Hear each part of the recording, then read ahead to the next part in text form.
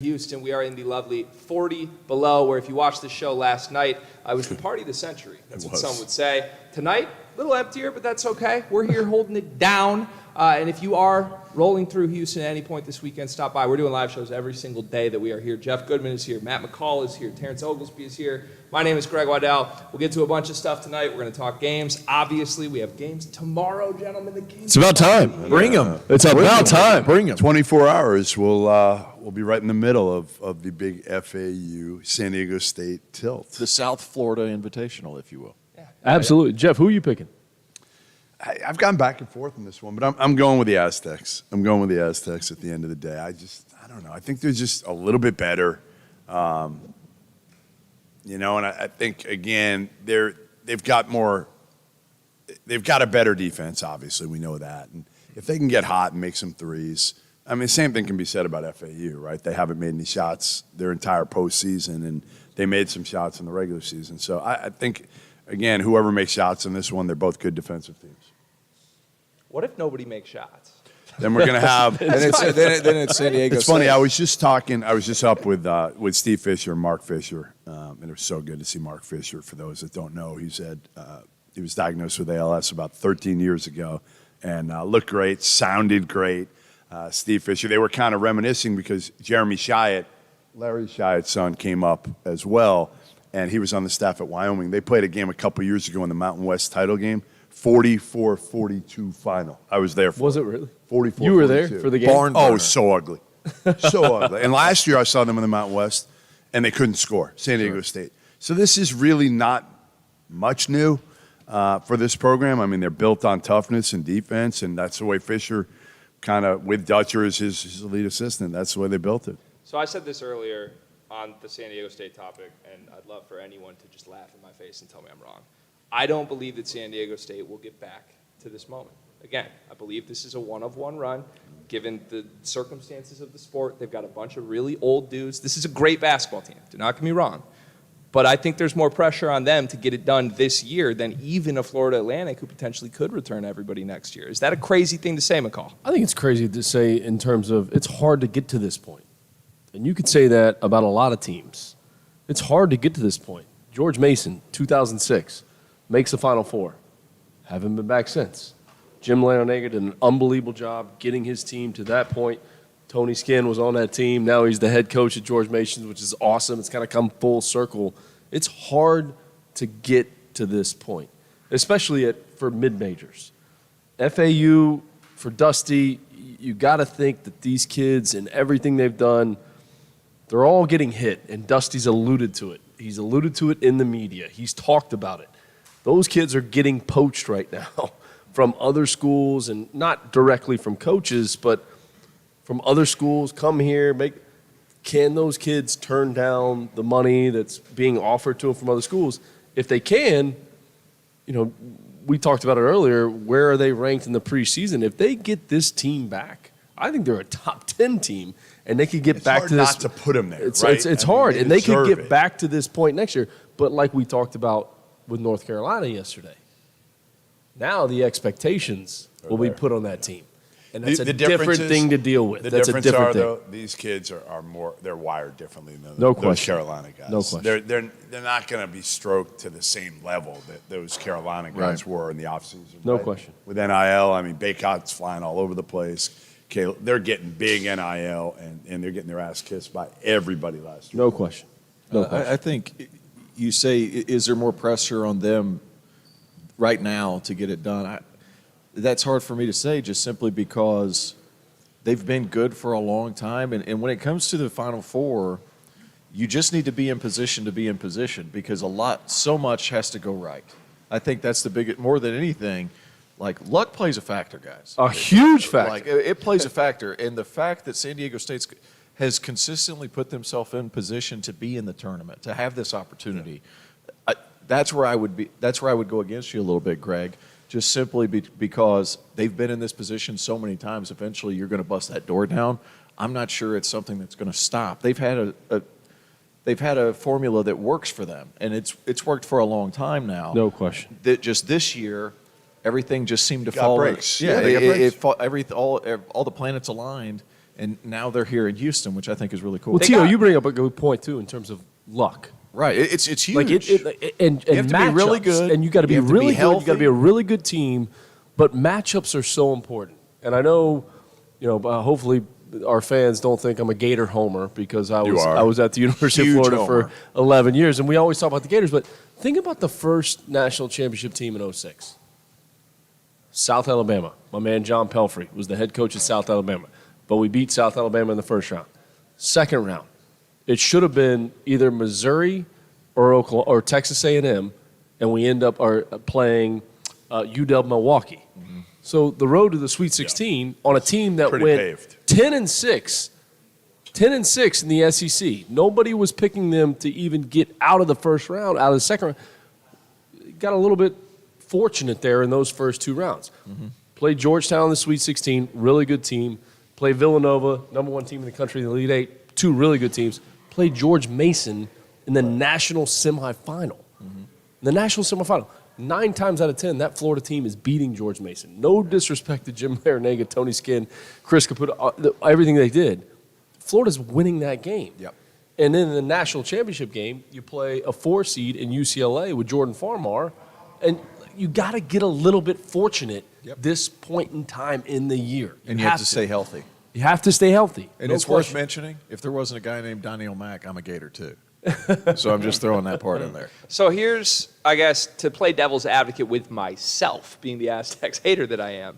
When we talk about luck for them, though, they had to go through the number 1 overall seed in this tournament. Yeah. So are we sure? Like, is it, I guess, early Furman, right, in the second round? That's a fortunate draw, depending on who you ask, compared to Virginia, who I wasn't super high on anyway. But, I mean, they're down 10 points to Alabama with 10 minutes left in that game. I don't know if there was much lucky about coming back from where they were at that point. I mean, again, the one thing you had there is an old San Diego State team against a fairly young Alabama team, right? I mean, certainly their best players young.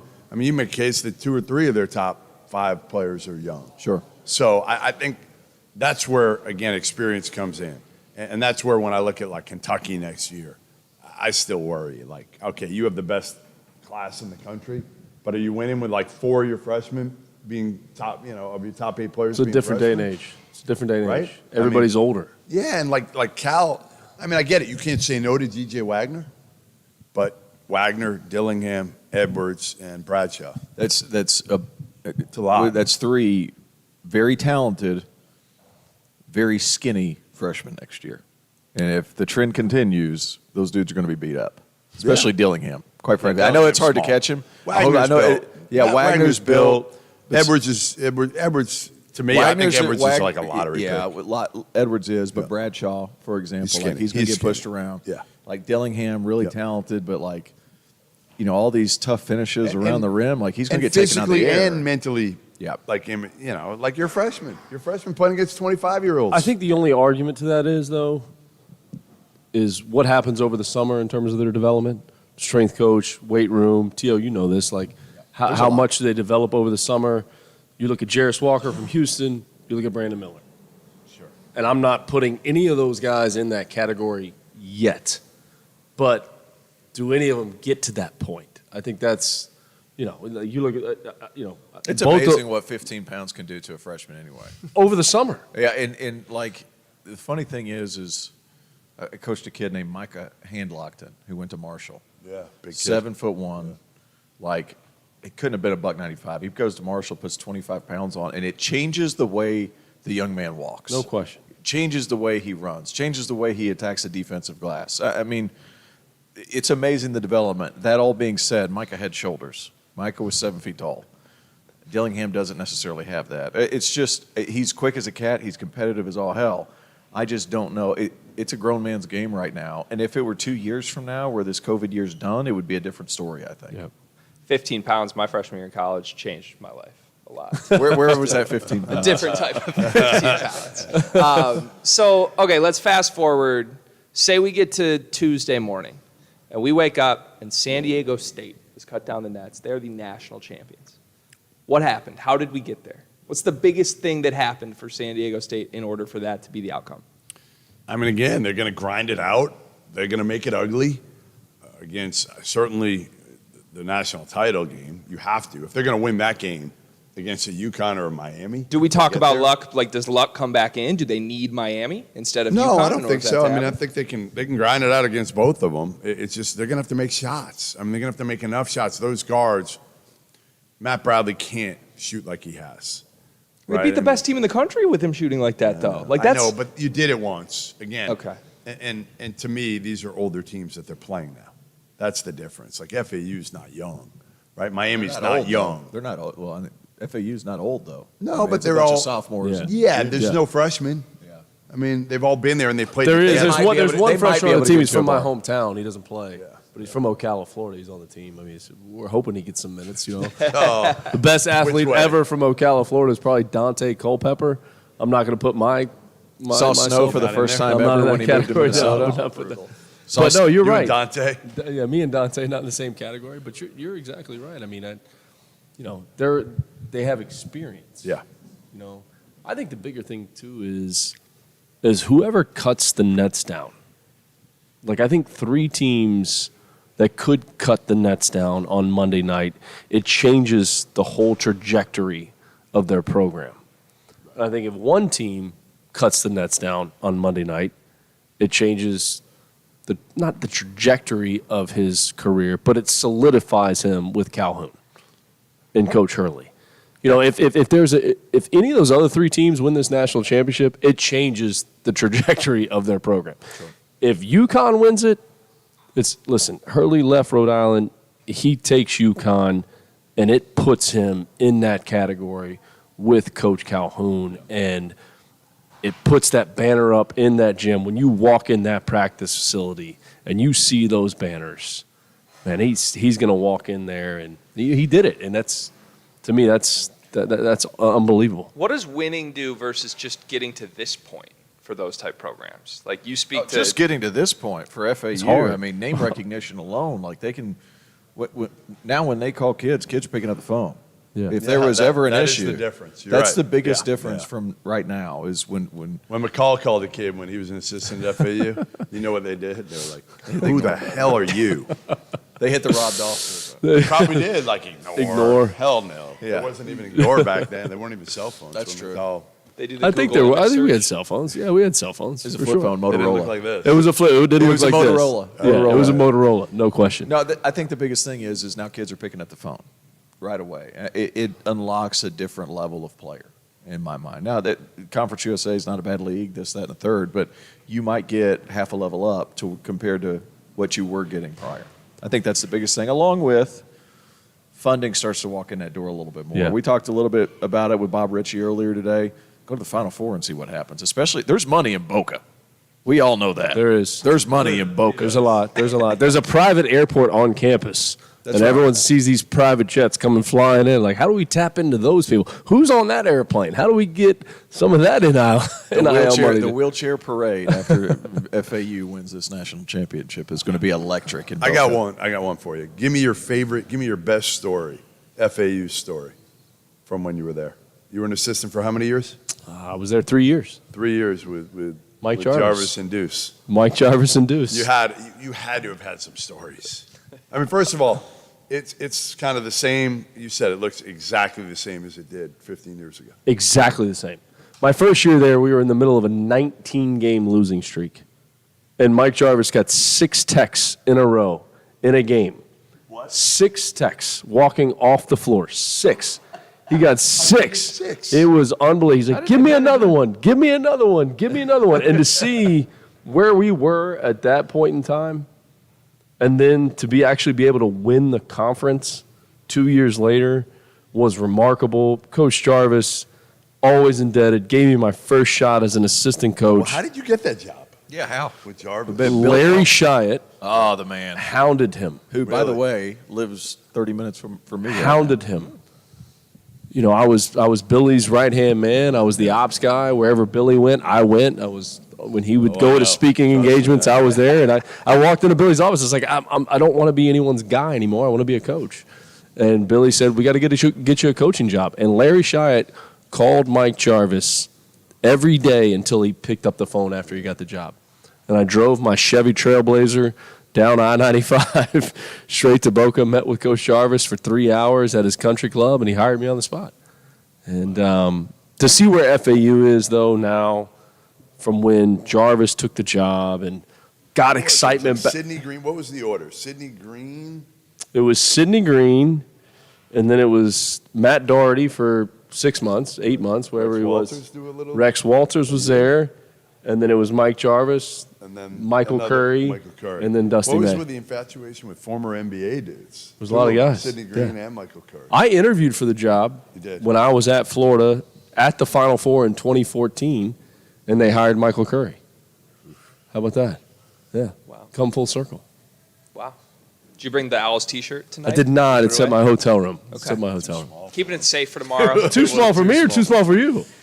Definitely for me, but it was a little too small for you. Hey, showing a little skin, Jeff. It's okay here and there. All right, we are live, as we said, from Houston here, Field of 68 from the Final Four. We'll be here for the next hour and 45 minutes, 40 below. Coming up, I'm going to ask these guys a very simple question. What one coach in the country would you take for the next 25 years? That's next on After Dark.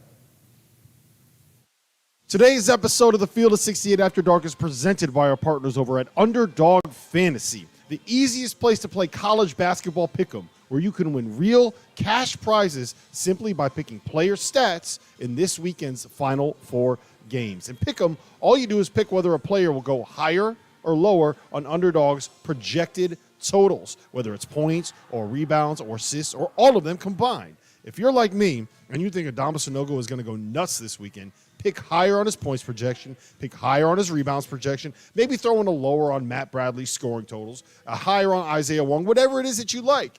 Put them all together, and if you hit them all, then you can win as much as 20 times your money on a single game. Underdog's slick mobile app is easy enough that dummies like Jeff Goodman have even figured out how to use it. So go to UnderdogFantasy.com or download the app and use the code FIELD, that's FIELD, to get a 100% deposit match up to $100. Back, Field of 68, Final Four edition here live in Houston, Texas. Jeff Goodman, Matt McCall, Terrence Oglesby. My name is Greg Waddell. We have special guests joining as well. Not going to name names, but some big names. Just stay tuned. We'll say that, Jeff. I teased it before the break. One big question I want to ask you guys. I've been thinking about this all day. The UConn blue blood conversation, the biggest argument anybody has for or against it is, well, it's really been 25 years. And you look backwards for them to win what could be 5 national championships in a 25-year span, spanning 3 different head coaches, given the competition level of other head coaches that were in their prime in that era, is nothing short of insane to me. And now we're at a point in the sport where it's a little more open than that. There were a lot of teams in this Sweet 16. Tom Izzo was the only guy with a national title this year. A lot of them have retired. The door has opened because a lot of them have retired. So a very simple question, but a complicated answer maybe. What one coach going forward, the next 25-year window, would you take to run your program? Who will have the most successful 25 years? I don't even know yet. I'm still thinking. It's not easy. Not an easy answer. I mean, I look at what Coach Hurley has done That's where I was going. at Rhode Island Yep. and at UConn. Both places. When he got to Rhode Island, it was not in a great place. And Jeff, you know this being in the area. It was not in a great place. No. And he took it to a place where they won a game in the NCAA tournament, and they were the best team in the league. And you're talking about a league with VCU, Dayton, like they were the best team in the league. People feared them with what he did there. He left. He takes UConn. He said it last year or 2 years ago, whatever the quote was when he said, you better get us now. You better get us now. And now they're in the Final Four with a legit shot to win a national championship. It's hard for me to pick anybody else other than Coach Hurley. I think as a coach, you go through things. He went through things at Rhode Island. He grew. He developed. He knew how good his team was his last couple years there. He didn't have to argue with the refs. He didn't have to will his team to victory because he knew he had the best team. And he knows that this year as well, and I think it's hard to pick against him. I really do. I mean, if you give me one name right now with what he's done at both those spots, that's who I'm taking. Well, it's the fact that he's a maniac that's not going to stop working just because At all. Just if they win one, it's not going to stop. At all. I think that's one of the things that's so intriguing about him to me is the fact that Dan is going to be Dan no matter what, and it's his eccentricity that really sets him apart, especially when he's on the phone with recruits, when he's trying to bring somebody in. He's hired an excellent staff. That's not going to change. Yeah, that's the biggest key. Yeah, and you're hiring. That's the biggest key. And being able to hire and quite frankly, hire and fire the guys that you need to do in order to have success is such an incremental part of what you need to do. I think if I were to pick one right now, I think the obvious one is Dan. But if I were to look elsewhere, and we're casting a wide net right now, so somebody different that is young, I'm going to say sub 40. If I were going to pick somebody, guys, Kim English, I had a chance to watch him coach. I did George Mason at Dayton for ESPN, and it was like this kid, and I say kid, he's 2 years older than me, but you get my point. But like this guy has an it factor about him. His guys gravitate to him. They play a certain style, and he has a certain on-court demeanor that throughout the course of the game, there's a presence there that his guys can look to and really rely on. So to me, a lot of those things were really impressive about him. Providence got a really good coach. I'm going to go with a guy in a mid-major league, John Shire of Duke. Oh, come on. There we go. I'm going to sleep so good next Tuesday. I'm going to sleep so good next Tuesday.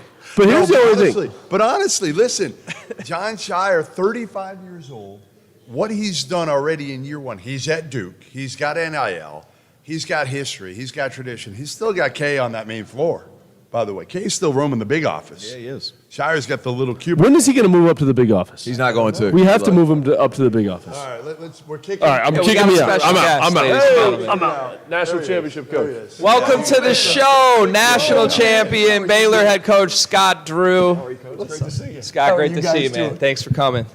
Superstar. He's going to just leave us and go over and hang with Talia. That's the real How are star. you?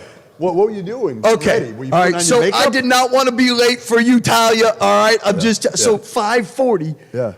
You said walk, right? I said 4 minutes, and then you said you might want to Uber, and I put it back in. It was a 1.2 miles. So Uber was supposed to be there 5:40. I'm on the other side of the hotel. 2 Ubers come. It is 6:05. I'd gotten in 2 wrong Ubers. Like you're talking, they're pointing, you're pointing, you're coming in, and then people are like, "Hey, coach," you know, because right. Can't get anywhere. I'm trying to find an You Uber. are Scott Drew. I'm getting kicked out of the Ubers, and then finally I get the right Uber, and I drive all the way. It took 30 minutes to go the other side of the hotel. Yep. Like, so I apologize. It's all right. You're good. You're here. You're good. You're in Houston. I don't know if you thought you'd maybe be here at the Final Four. Every year you think you're going to be at the Final I don't know Four. if every year. Let's That's true. get That's carried true. away. That's About true. 15 That's years true. You're an eternal Oh, optimist. 15 years. You're okay. We just wanted to get in the tournament 15 years ago. Yeah. No doubt. No doubt. Yeah, 2008 was the first one in. Was that your? Yeah, first one. The last time we had won a tournament game was 1950, and 2008 was only the second time I think we'd been in the tournament since 1950. How different is it for you now? You and I have talked about this a little bit off, but how different is it for you now when you come to a Final Four as opposed to even as recently as 5 years ago?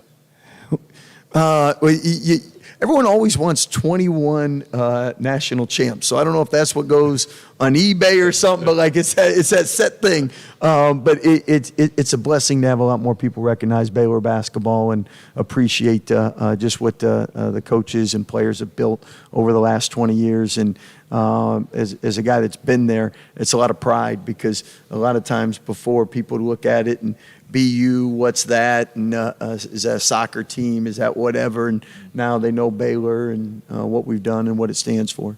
I got to ask you about your conference this year. Big 12, to me, the best conference in the sport. It's not often you see teams at the bottom of the quote-unquote standings list that are fighting for NCAA tournament spots with like a 6-14 record in conference play. Have you ever seen anything like that? No, with the net ratings and going into conference play, I mean, I think everybody had been ranked at one point, and not just ranked. Like we had a lot of guys ranked in the top 10, 15, and each and every night you'd look at the non-conference and their net rating, and then you'd look at what was happening in conference, and people would be seventh best offense or defense, and then you look at the national rank and they'd be 17th or 20th. You're Right. like, it's crazy. So it was one of those special years, but I can tell you that it seems like every year the parity in college basketball, and this might be the culmination of just the parity of it.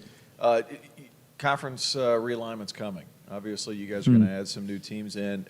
How does that help you first? Yeah. How does that hurt you on the other side? Because you had 10 teams. Every one of them are great. Yeah. As you alluded to, offensive, defensive efficiency. Every time you played somebody, according to the net, you just went up 2 spots no matter what. So how does it help you? How does it hurt you? With some of Well, these how it helps me is hopefully we only have to play Coach Tang and Coach McCaslin once a year, There you right? That's go. what I'm hoping for the help. And yeah, so that's the hopefully how it helps. As far as anxious to see because the teams we added are really good programs. And Huggins, you know what Huggs said last night? What'd he say? He said they got to have a rude awakening. Well, I think, anybody coming from any other conference, the Big 12, the last 6 out of 7 years, the toughest conference. And when your bottom team is a team that's a postseason worthy team, it is an adjustment. But I know the teams that we added, that tradition, coaches, players, they're going to fit right in and hopefully make the league stronger. You've had talented guys, a lot of them, throughout especially recent memory. Keontae George is a guy that can score with anybody. How would you compare him? What do you see his NBA ceiling going towards and things like that? Because I'm fascinated with the kid ever since we watched him in Birmingham at the Adidas circuit a few years ago. So talented. Where do you think his ceiling is at the next level? Well, and that's why the NBA like him so much is because they know that, first of all, if you're an NBA exec, this is uncharted waters because you have 18-year-olds playing against 24-year-olds. Exactly. And they're used to playing against 22, maybe occasional 23, but not 24-year-olds. So it's been really hard for freshmen this year. And then with that, Keontae's somebody that I know in the McDonald's game, the first question was body-wise. He's got to get a lot better. He put in the work. He really improved that. And then he showed flashes with multiple 20-plus games, 30-plus games. And He showed flat. It was he can, unbelievable when he would get and he showed hot. improvement Crazy. in the defense, and he could show that he could play the point guard. He's got to get rid of the home run passes, but I tell you what, he sees things that you can't teach. So a lot of people are really excited about that. All right, were you at the head coaches meeting today? Yes, I NBC? was. Yes, I was. So a source told me that you talked a little bit about the 2 summer exhibitions. Yeah, I saw your tweets. I read all your tweets. Hey, Cal's been a proponent of this. This was kind of his. Yeah. I always feel like if Cal's a proponent of something, it's going to help Cal. So ultimately, a lot of mid and low major guys don't really want this. It's 2 summer exhibitions starting in 2024 in which you can kind of play anybody you want it to be regionally. I guess it wouldn't be during weekdays. I don't really understand it, to be honest, because most of you guys are trying to tell me, hey, we don't really want more in the summer at this point. We want to be with our families a little. We got so many days we're out now between the international things we can go to. What's your take on this? Is this what we need? I guess for the exposure of the sport, is it really going to help that much? Well, I think the word is that we've used is flexibility with that. And if it's not right for your program, don't do it. If you want to go down and play the school that's 10 miles away, do it. And if you want your assistant coaches to coach it, great. If you want to play everybody, if you want to treat it like one of those scrimmages, I don't think there's been much stuff put down in it. But like those 2 games that we're able to play, people sometimes do exhibition and then if you do a private scrimmage, In October. yeah, you can go and play 2 or 3 20-minute halves. So do it however it benefits your program. And for those that want exposure and want to have a game where fans can attend, then do that. So I think it's just something that get them talking about college basketball with doing it. You Again, like it. You like I like it from the standpoint, I'd probably have our assistant coaches coach it, and I'd probably have it where it's maybe one's a closed scrimmage where you play everybody 20, 30 minutes. And then, so it's just something when there's no college basketball to talk about, now there is. Yeah. You talked about age and how important that is in this little era, whatever you want to call it, this window with the extra COVID year, right? I mean, I think 21 and a half is the average age of players in the Final Four this year. You've had success building rosters in a variety of ways, transfers, freshmen, all of that. Has your approach changed given these last few years? Well, in college basketball nowadays, once you figure it out, something changes. So you got to readjust what you're doing. I think everybody's learned in real time just the importance of age. And what I mean by that, it's hard because if you're used to recruiting high school kids, you're recruiting high school kids, and then all of a sudden you're like, wait a minute, you can't play a ton of high school kids against 23, 24-year-olds and be successful, and maybe we need to rethink it. So I do know that I heard one announcer say this during the year, and I do feel for the high school seniors out there. If my son was a high school senior, and all of a sudden, instead of him getting recruited to nothing because people are all playing a fifth year of college basketball or a sixth year, that's something that me as a coach, I didn't think about that when they gave everybody a COVID year. All right, I'm going to tag out to your favorite reporter. Oh, they're bringing in the superstar. We go in the bullpen. She's throwing heat. All right. She's All right, Tio's throwing gonna heat. tag out. You can go over there. How are you doing? How are you doing? I am doing excellent. So I can always tell when you're by because your dad's always smiling. All right, and he couldn't be more proud of you. Here. You know Yeah. that. I convinced him to let me come. After I couldn't go to the women's tournament, I was planning on going, hoping, but couldn't go there. Called him, like crying, begging him to let me come here. Yeah, he's a softie, isn't he? You know. He is. He really is.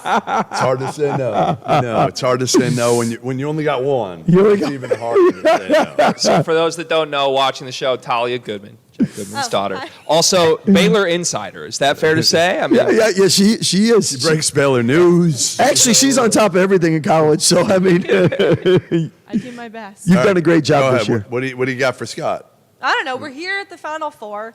It's a little bit weird. We got a 4 seed, we got 2 5 seeds, we got a 9. Who's your pick? Who, if you had to take a guess, who do you think has, the biggest probability of winning it all? in Well, your I eyes? think if this tournament in the Final Four is anything like the rest of the tournament, probably Fort Atlantic wins it. You know, so I mean, like, and once you think you got it figured out, or this is the team, I mean, Yeah. and this has been amazing as far as. Do you like it? Because Right. we like it, I think, the diehards, but obviously you're worried about the fans, the overall casual fan not really tuning in. The ratings are going to be down. Houston might not be the atmosphere that, we're accustomed to. Do you worry about that with the sport the way it is, or not really? No, not at all. But I can tell you, it's that much harder to win in the NCAA tournament. One of our I'm gonna pull up a stat real quick as you guys are looking that someone sent me, and this is just winning one game in the tournament. I think there's only been. By the way, Scott, while he's looking at that, wants to expand the tournament to 256 teams. No. It was 128, and that's close. Coach. That's and close. the reason, okay, was because being at Valpo, like you could win the tournament. Coach Mills was at Oral Roberts. They were 18-0, and if they would have lost, and now we see that. Remember when we grew up 16 versus 1? That's a 40, 50 point game. Yeah. If it was within 20, everyone was like, "Can you believe it?" Now there are none of those games. I mean, that's the exception. I mean, all these games are so close and hotly contested. I'm gonna Give me your stat. yeah, Did you find it? You Yep. lost? So no, this is good. Right here. Only Gonzaga, Kansas, and Houston and Baylor. So 4 teams have won at least one game in the tournament the last 4 years. That's insane. I mean, you think Wow. about normally you At think the least one tournament, game, right. one game. We're just saying one game, win Wow. one game in the last 4 tournaments. There's only 4 teams that have done it. Like you think when you win a game and lose, it's a bad year, or not, but only 4 of us have been able to even do that. So before you got on the show, we were talking about how much quote unquote luck plays into NCAA tournaments. So do you buy that at all? I mean, you just said the stat. You're one of 4 teams that has won a game every single year. Is part of that quote unquote luck, or is there a secret to this? Yeah, I can tell you that sometimes we think it's like coaching robots, and we forget that 18 to 24-year-olds, you don't know what's going on in their life, and just like us. And usually when you get older, you can compartmentalize better. But I mean, it might be a breakup with a girlfriend. It might be a sick relative. And that throws everything off, and you don't even know it. And you're coaching, like, why are they having an off game? Why aren't they here? I mean, this is the NCAA tournament, so you never know what's going on. So I wouldn't say it's luck. It's just human nature. You know, and then who's distracted with agents or going pro, or, I mean, who's in their ear? You got to score 20, so you're a lottery pick. I mean, you know. How many calls have you made today to kids in the portal? Actually, today, 0. Wow. Yeah. Look at you. Why? Because I've been on these committee meetings. Do you think it should be pushed back? The date that the portal opens was March 1st. Yeah. March 1st this year. Or wasn't it March 13th? March 13th, March yeah. 13th. Yeah, that was doomsday I'm for us sorry. coaches, but go ahead. March yeah. 1st. Since March 1st, there's been 1,100 kids that have been in the portal. Do you think that should be pushed back? Because right now you've got so many teams that were playing in the NCAA tournament that are obviously they should be focused on their tournament games instead of calling kids in the portal. And I know you were tweeting about that, and I couldn't agree more with you. Like, when you're playing in the tournament, I don't want my coaches recruiting. We're giving everything we have to our team. And you don't want teams that are done that, like, oh, there's an advantage to play. So, actually, I was sitting next to Mark Few, and I said this today. I said, why doesn't, instead of the May 11th, or excuse me, March 11th, what is it, May 13th or 13th to 11th, why not make it April 11th until the same end date? And the reason is you don't need 2 months to figure out if you're going in the portal. But everybody, you guys then complain you don't know your roster. Okay, but right? this is why. Once you finish, just think about this. Like, if you grinded through this whole tournament, once the last game's done, you're mentally and physically exhausted. When you finished finals, you want to go home and rest. Like, coaches need a break from the players. Agreed. The players need a break from us. We don't need to go right away to recruiting. And what happens, everyone needs to take a deep breath, relax, and then now, hey, Jeff, what are you thinking about next year? Because after you've had a week, 2 weeks, 3 weeks to get recharged, oh, you know what, Coach, you weren't that bad this year. Our program wasn't that bad this year. And coaches same way, like, you know, I shouldn't have rushed to judgment. When did we not give a break in there? No, and I'm then with you. And then if you're in, and let's go. Yep. But I mean, you don't need 2 months to figure out if you're going, and you don't need to reward teams that are done playing, and you don't want people when they're playing to get in the portal when they're still playing. A 1 month window that starts 2-3 days after the Final Four. 100%. That's what it should be. 100%. And just let people relax. I mean, I think college kids need it, coaches need it, you guys need it. Yeah. All right, listen, thanks for stopping by, as always. Always appreciate it. I'm not getting an Uber back. I am walking back. Talia will call you an Uber. She'll get you in the right car. I'll go with you. All right, she'll get you in the right car. Hey, thank you for what you guys do for sports. You guys are tremendous all year long. Listen, So thank you. Appreciate it Thank you as so much, always. Scott. We're going to And, go to break here on the field of 68. Coming up next, we have another special guest for you. Stay tuned. You guys ever get tired of trying to prove that you won an argument, that your takes weren't hot, they were just right? Well, I have an answer to all of your problems. Vaulted is a new sports prediction app that turns your opinions into facts. You can store all of your predictions and hot takes in your own vault now and forever. Challenge your friends, keep track of the results, and prove that you are, in fact, the smartest one in the room. Vaulted is also releasing a Final Four competition called their Last Four Pool. What amounts to a hot take challenge, it has a $5,000 prize pool. Who doesn't like free money? I like free money. So if you like free money like me, then go and download the Vaulted app at the link below, sign up for your free 3-month trial, and store your predictions now and forever. You know what the best part about the end of the college basketball season is? That signifies the start of spring, the start of summer, the start of hot weather, the start of late nights, the start of weekends on the water, and the best way to stay refreshed during the summer months is with Hornitos Ranch Water, a premium sparkling cocktail with a balance of freshly squeezed lime paired with smooth tequila notes. Hornitos Tequila is a 100% agave premium tequila from the lowlands of Jalisco. It's specifically from the town of Tequila. Originating from one of the most historic distilleries, Hornitos paved the way for all future tequila brands, starting with the tequila name. An official partner of the Houston Astros, you can buy Hornitas Ranch Water in a can, or you can come to Houston's best sports bar, Little Woodrow's in Edo, and get a fresh, handmade cocktail with Hornitas tequila. There's nothing better on a warm spring day than Hornitas Ranch Water and a Houston Astros baseball game.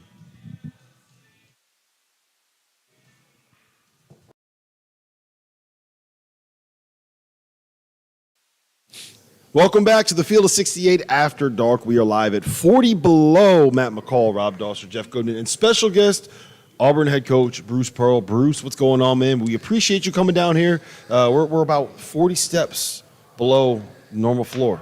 Hence 40 below. Hence 40 below. How you doing, man? I like it, man. This is a cool spot. It's great to be with you guys after an incredible regular season and an unbelievable March Madness. Yeah, it's been crazy. I mean, it's been crazy. The big thing obviously is the flip from a year ago, right? I mean, 4 blue bloods to now 1 blue blood, and some people want to argue. Don't argue with Dauster whether UConn's a blue blood or not. He'll come at your throat. All right, he will come at your throat. I take that on. Yeah, they're blue blood. They're a blue blood. They're blue blood. It's UConn. No, he they agrees. expect to win. And Miami is from the ACC. Somebody tried to send me Miami's a Cinderella team. Are you kidding me? No. They're from the ACC. They got the highest NIL in the country. They're not a Hey. That's a compliment. You're in the That's a compliment. That's a compliment. That's a compliment. I agree. There's nothing wrong with being. They were out in front. They were aggressive. Good for them. Right, I was going to ask you, if you had the biggest NIL, Bruce, Yep. would you flaunt it? Hey, we got. I mean, how do you handle that right now? Because we don't know. Like, some kids are saying, hey, they're inflating their own NIL. Some coaches kind of want it out there secretly. Other coaches, no, we're not paying that NIL. How do you handle this whole thing? Well, I think first of all, it's a good thing that the kids are finally getting a realistic scholarship and able to compensate. The NCAA was arrogant and ignorant for waiting as long as they did to fix the discrepancy between what coaches and universities and everybody else. And so I'm glad it's happening. I don't want my kids to work in a Subway. I want them to own 3 of them, and I got a chance to maybe do that, with this post NIL. I guess I say that out of compliment to Miami. If Miami was ahead of the game and able to, people were able to donate money to pay the athletes. Can't you get Barkley to do this? I mean, John Ruiz. Barkley's making how much money? You know what? Hey, Chuck, at some point, Chuck, yes. let's go. I mean, Chuck, wherever you are. I'm looking the wrong camera. By the way, Chuck is the best. I haven't even seen him down here yet. Well, you couldn't see him because he's lost 100 pounds. No, he hasn't. Oh, he's 50, 60. He looks great. Yeah, he does. He's lost He's it. not dripping anymore? No, he's not soaking wet like me. Really? Yeah. You're okay. The NIL is, don't worry about whether it's sustainable. They got to figure some things out. It's a little crazy in recruiting. One of the best things that I did, Matt, when I got the NIL thing came in, we only had in recruiting, maybe one of my players was a spring signing. But we did put the rest of the kids on an NIL and didn't have to. Smart. I just think it was the right thing to do. It wasn't huge, but it was something. And then they all began to work on it a little bit more.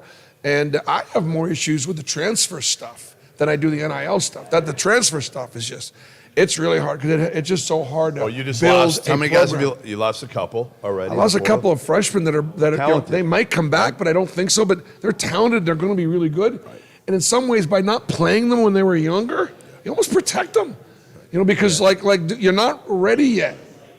Johan's one of them, right? I mean, Johan's talented, gonna be really was good. gonna be good, but you couldn't play him this year enough because he wasn't ready. I mean, people say this all the time. Like, if they're good enough to help you win, you're gonna play them. Period. Absolutely. It's like, and people ask all the time, is it the kids? Have the kids changed? That's what. No, the kids really haven't. People around the kids, yes. People around the kids. The mentors. People around the kids. So AU bottom line, coaches. parents, listen up. Your kid's not batting fourth. You know why he's not batting fourth? Because he can't hit. He can't hit a curveball, and he won't stay off the high ones. Okay, so you know what you do? You know what you do now, parents? You go find another all-star team and find some coach that'll let him bat fourth. But you know what we used to do, or my father's generation did? We'd get our asses in the batting cages, and we would start hitting until we deserved to be batting fourth. And that's that. How many high schools did they go to? How many AAU programs did they go to? Ridiculous. It's what's been created, right, Coach? Yep. It's unbelievable. But look at your tenure at Auburn. And I was in the league with Coach Donovan, and Auburn basketball wasn't what it is now. That wasn't what it is. It sucked. And we scrimmaged Coach Pearl when I was at Chattanooga, and his team was more prepared for a scrimmage than I've ever seen in my entire life. Right? Yep. My man Chuck Esther got hurt right in the beginning of that Yeah. scrimmage. That was So a sorry tough about deal, that. but just the excitement you've created, Coach, at Auburn basketball, and like for you and what you did at Tennessee and the teams you had there, how different is it for you now too, dealing with NIL, Yeah. transfer portal, Yeah. and even with the excitement, you're selling out every game, Yeah. and kids aren't happy. So how different is it for you now than even when you were at Tennessee? A couple things. First of all, the fact that we competed when I was at Florida and Tennessee. And you know what you do in this arena? If you can earn the respect of a worthy opponent, you've accomplished something. So for me as a coach, to get Matt's respect, to get Billy Donovan's respect, Bruce Pearl does a good job with his team. They come prepared or whatever. Man, that's huge. Don't you can't blow that up enough. And then to go to Auburn, where they hadn't been great. Charles had it going a little bit. Sonny had it going. Coach Ellis had it going a little bit. Yep. Back in the day with Chris Porter. But it's been a while. Been a while. And we're competitive again. Finding a way. Good players, good coaches, hard work, all that stuff. It's 360 different. The game, it's 360. The business 360 different. For me, it's kind of always been a ministry. We really can affect young kids' lives. In the 4 years they're with us, they come in just like your daughter's going to be a sophomore in Indiana. How much has she grown? How much adversity has she faced as a needs people to help freshman? her. Yeah. Needs people to help her. And when she gets out of there, she's going to be a woman that is prepared for the next chapter of her life. But not if not if she's in the transfer portal. Not if she's, and so that's the thing. For me, the coaching has been a ministry.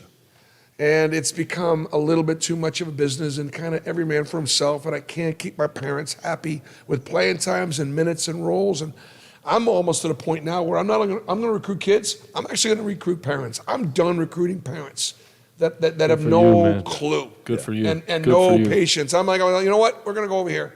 Good 'Cause for you're you. crazy. Well, you're going to get good players anyway. You're going to get good players. You know that. You built this program into something. I mean, again, I remember when you told me at ESPN that you were taking the Auburn job? I do. We're in the radio room. You're in the back radio room, and you're like, I'm taking the Auburn job. I'm like, what? Listen, he doesn't Taking like. the Auburn? He's like, well, not the right fit. He's always said, well, I took UMass. Well, oh, listen. you kidding me? Wait. No, That's what he loved. A Jew from Sharon, Massachusetts, going down to the South and winning? Like, what the hell happened? How did you do this? I mean, think about it. If I had ever told you that, 25, 30 years ago, No. that you'd win at Tennessee and Auburn? Yeah. So you look at everybody else. You look at football. You look at baseball. You look at golf, tennis. You go, wait a second. Auburn's winning. Women's basketball. Auburn's winning. Auburn has got a winning. They're not very big, but they got respect. It's a good academic school. There's a lot of things going. Beautiful, it's prettiest little village on a plain. There's something, and so you walk into a program that's not been very good, and all of a sudden, then you do it, then it elevates, your status, so on and so forth. Mm-hmm. If they weren't winning in other things, then you don't touch it. You just touch it. a Like great there are some basketball jobs now that you guys are commenting on now every day. Not a good basketball job. Well, they're not winning at anything else either. No that makes question. it a bad basketball job. Let me ask you this, Bruce, because when I first started covering the sport, Auburn, like the arena there's nothing. It's not packed. It's not full. You don't have people going crazy. And now I don't know if there's 5 places at the high major level that are as crazy as Auburn Arena is when you guys are rolling, when you guys got a big game going. And I think we kind of see it a little bit with other SEC teams too. I don't know if am I allowed to compliment Alabama here? Yes, you Say are. good things about Alabama? Yep, you are. Nate's got that thing rolling too, and that place is rocking when it's good. How did you develop that? How did you grow that? How did you get that fan base that is, look, frankly, football crazy, right? Right, yep. How did you get them to care about basketball as well? Like You know this? what? I think the fact that we had done it at Tennessee, and so they did come in and they were excited about the hire, thinking that we have a chance now because we've hired somebody that has done it before. And so I went in there, and I think with me in the media and me in the public is I may not tell you everything, but I'm never going to lie to you. I'm never going to lie to you. I may not tell you everything, but I'm not going to get caught in a lie. And so I told them what it was going to take. I told them it was going to take a little bit of time. I kept them. I made them part of the solution, not part of the problem. And for the first couple of years, we were just okay. We played hard. My first year, we went to Saturday, the SEC game. We won 3 or 4 games, the SEC, but we weren't, our program, it took me 3 years. Yeah. And I made the fans and the Auburn family part of the solution, and then they bought in. And then, of course, now it's just about winning. Now it's about the fan experience, about the winning, and the students are all down the floor. We got a beautiful Neville Arena, and it is the toughest ticket. It's the toughest ticket in the SEC. Every game is sold out. You want a game, go on StubHub. You're going to pay $500 plus. Your fans are nuts. I know that. You know that. I mean, can you tell them? Can you look in the camera and tell them that, like, just I mean, all right, we don't hate each other. Jeff we Goodman's don't a hate good each guy. other. What do you want Coach to say? What do you want Coach to say? I mean, something. Listen. These two have something in common. All right, both Dauster and Bruce. I carried both of them on serious shows. Here we go. All right, I carried my back is killing me from carrying. No, but Bruce. Hey, hold on. I, Bruce, do you remember? I don't know if you remember this, but do you remember when I was actually a guest on the show that you two were hosting? Do you remember this? I don't remember the show. It was 2012. I was on the middle of a road trip. I was at a gas station. You begged to come on, didn't you? I wanted the promotion. I was at a gas station in the middle of I don't even know where, right? And this guy was hosting, and he asked me a question, and I start to answer it, and he cuts me off in the middle. He goes, "Rob, I got to stop you. We're going to break," and then the line goes dead in the middle of my answer. Listen, so I carrying, was not great coming hosting. in and out of breaks. No, look, we were learning. I think we were learning. Bruce, I think we know where the real talent was on that show. Okay? No, Jeff carried the ball. He carried the water, and I was working another job to pay the bills because I lost an $11 million contract. So I'm doing radio, I'm doing TV, I'm selling cigarettes, candy, tobacco. I've been doing anything I can. Imagine him doing that. What was it? On the road, actually, I was on the road, and we always had to work on my schedule. Right. Where could I be? You had the plug kit, in. Right? Didn't you had the kit, traveled everywhere, but you had to get all the guests. You had to do all the work. You did all the work. No, you were good. We were actually good together, even though we had never done radio before or anything. But I think we knew we'd be pretty good because we screwed around, we had fun, we had unbelievable. We had everybody on. And then he left me. He just up and dry left me for Auburn. I do not blame him at all. I do not blame him at all. I don't know. The list of jobs that I wouldn't leave you for is very, very small. Coach, who do you like? Who do you like in the tournament? These 4 teams that are here, such different styles, styles of play. I love when we ask coaches this question because they're always like, how do I compliment every team? So let's see what you say. Look, it's hard to not like UConn because they're just dominating the field. Right. And they have everything.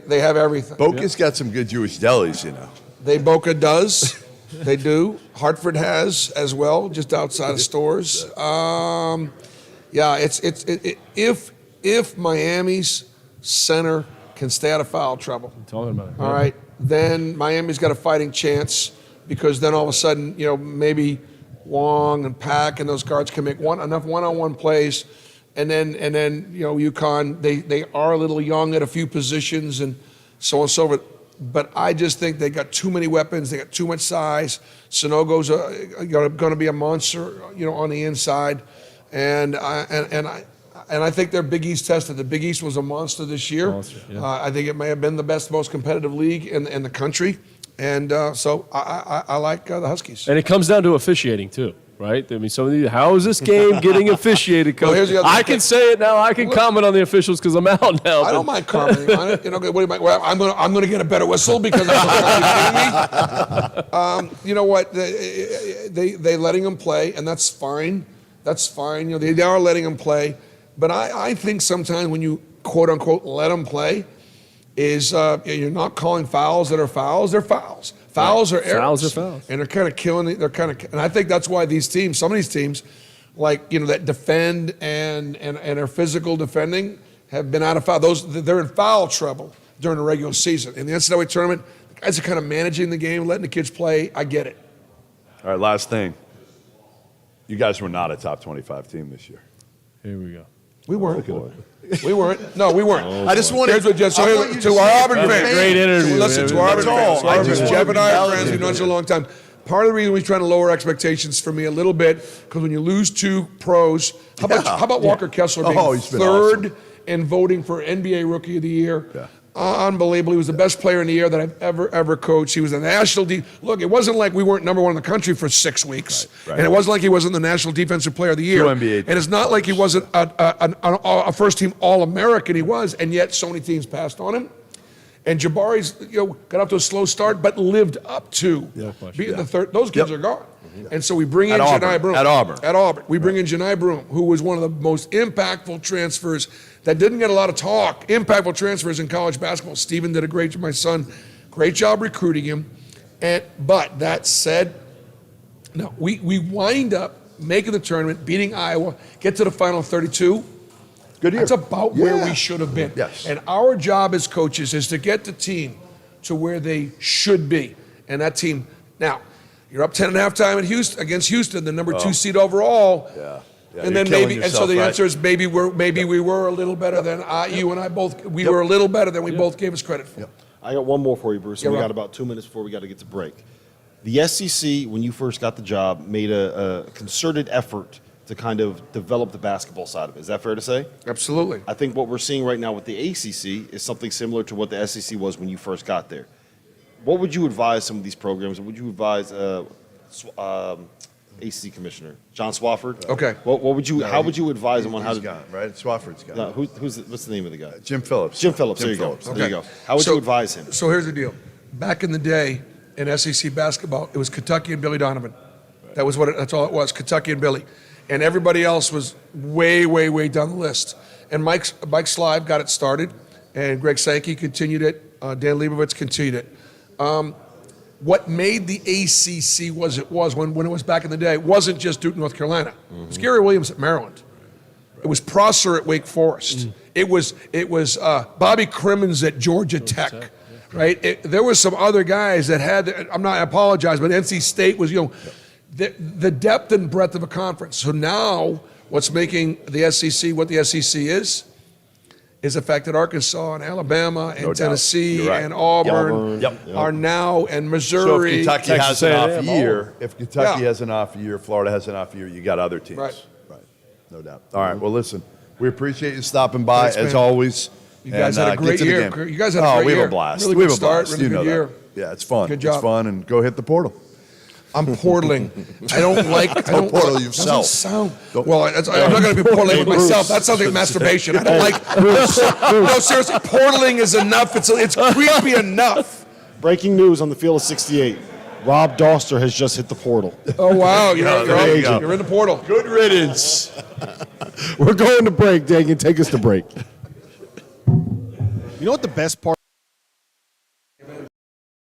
That signifies the start of spring, the start of summer, the start of hot weather, the start of late nights, the start of weekends on the water, and the best way to stay refreshed during the summer months is with Hornitos Ranch Water, a premium sparkling cocktail with a balance of freshly squeezed lime paired with smooth tequila notes. Hornitos Tequila is a 100% agave premium tequila from the lowlands of Jalisco. It's specifically from the town of Tequila.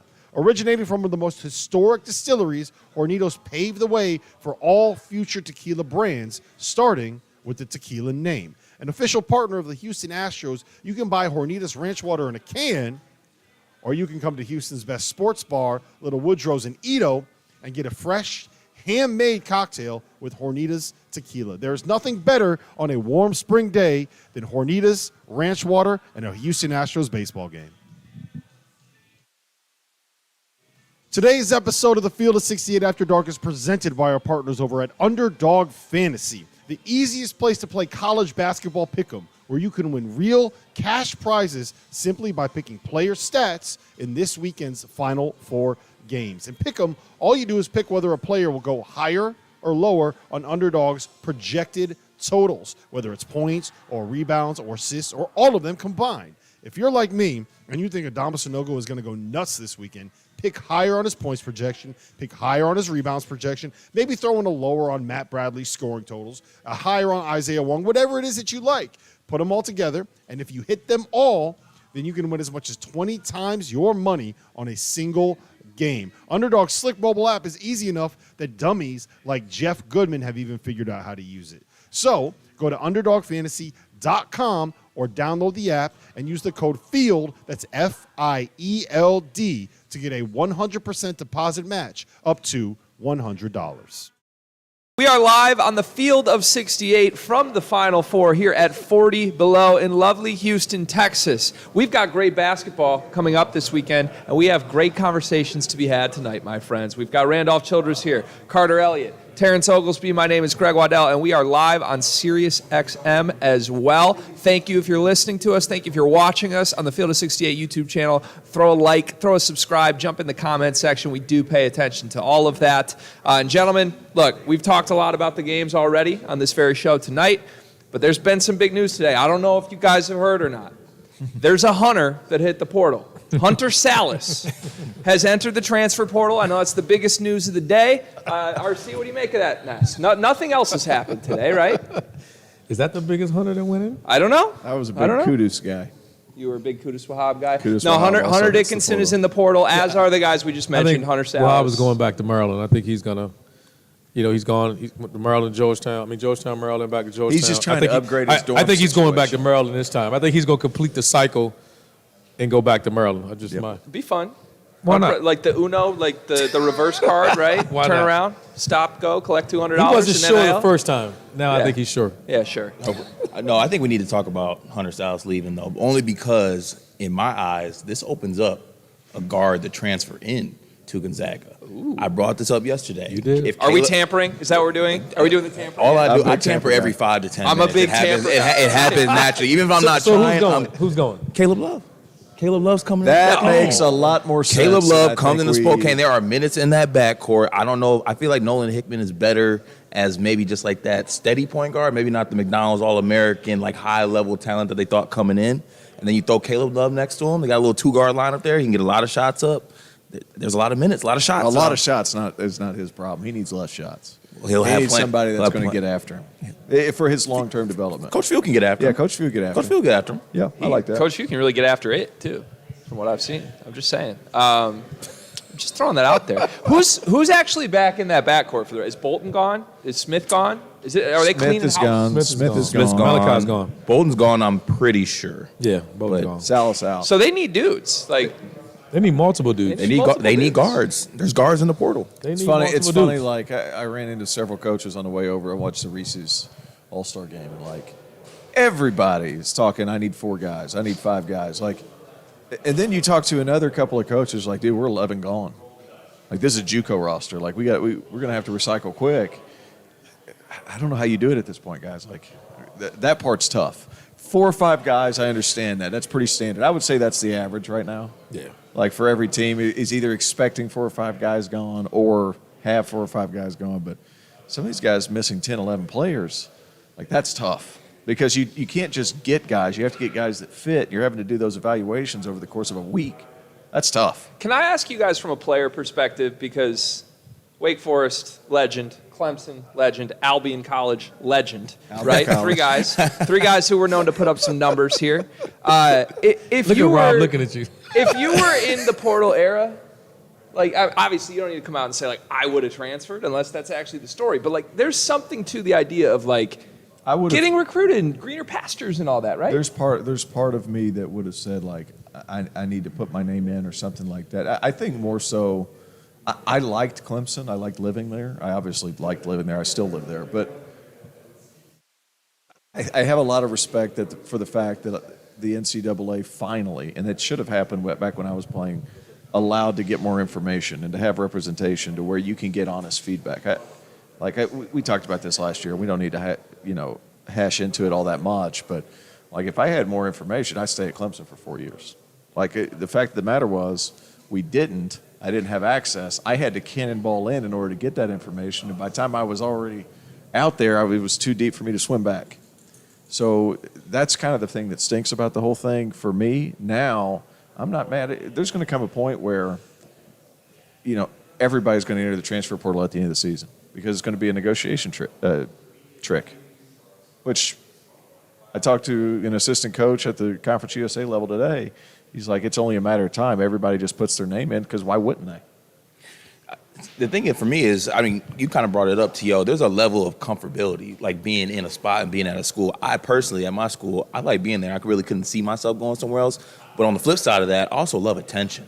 And I know that, the attention would have been great. That is awesome. Well, yeah, The attention would have been great. I'm an NIL bomb waiting to happen if I'm playing back then. You're also a big run from the grind guy. Like if you hit a little adversity, like you're very much team. That means Don't that fight through it. That means that out of his 4 chances of being in the portal, 2 of them probably wouldn't have been his choice.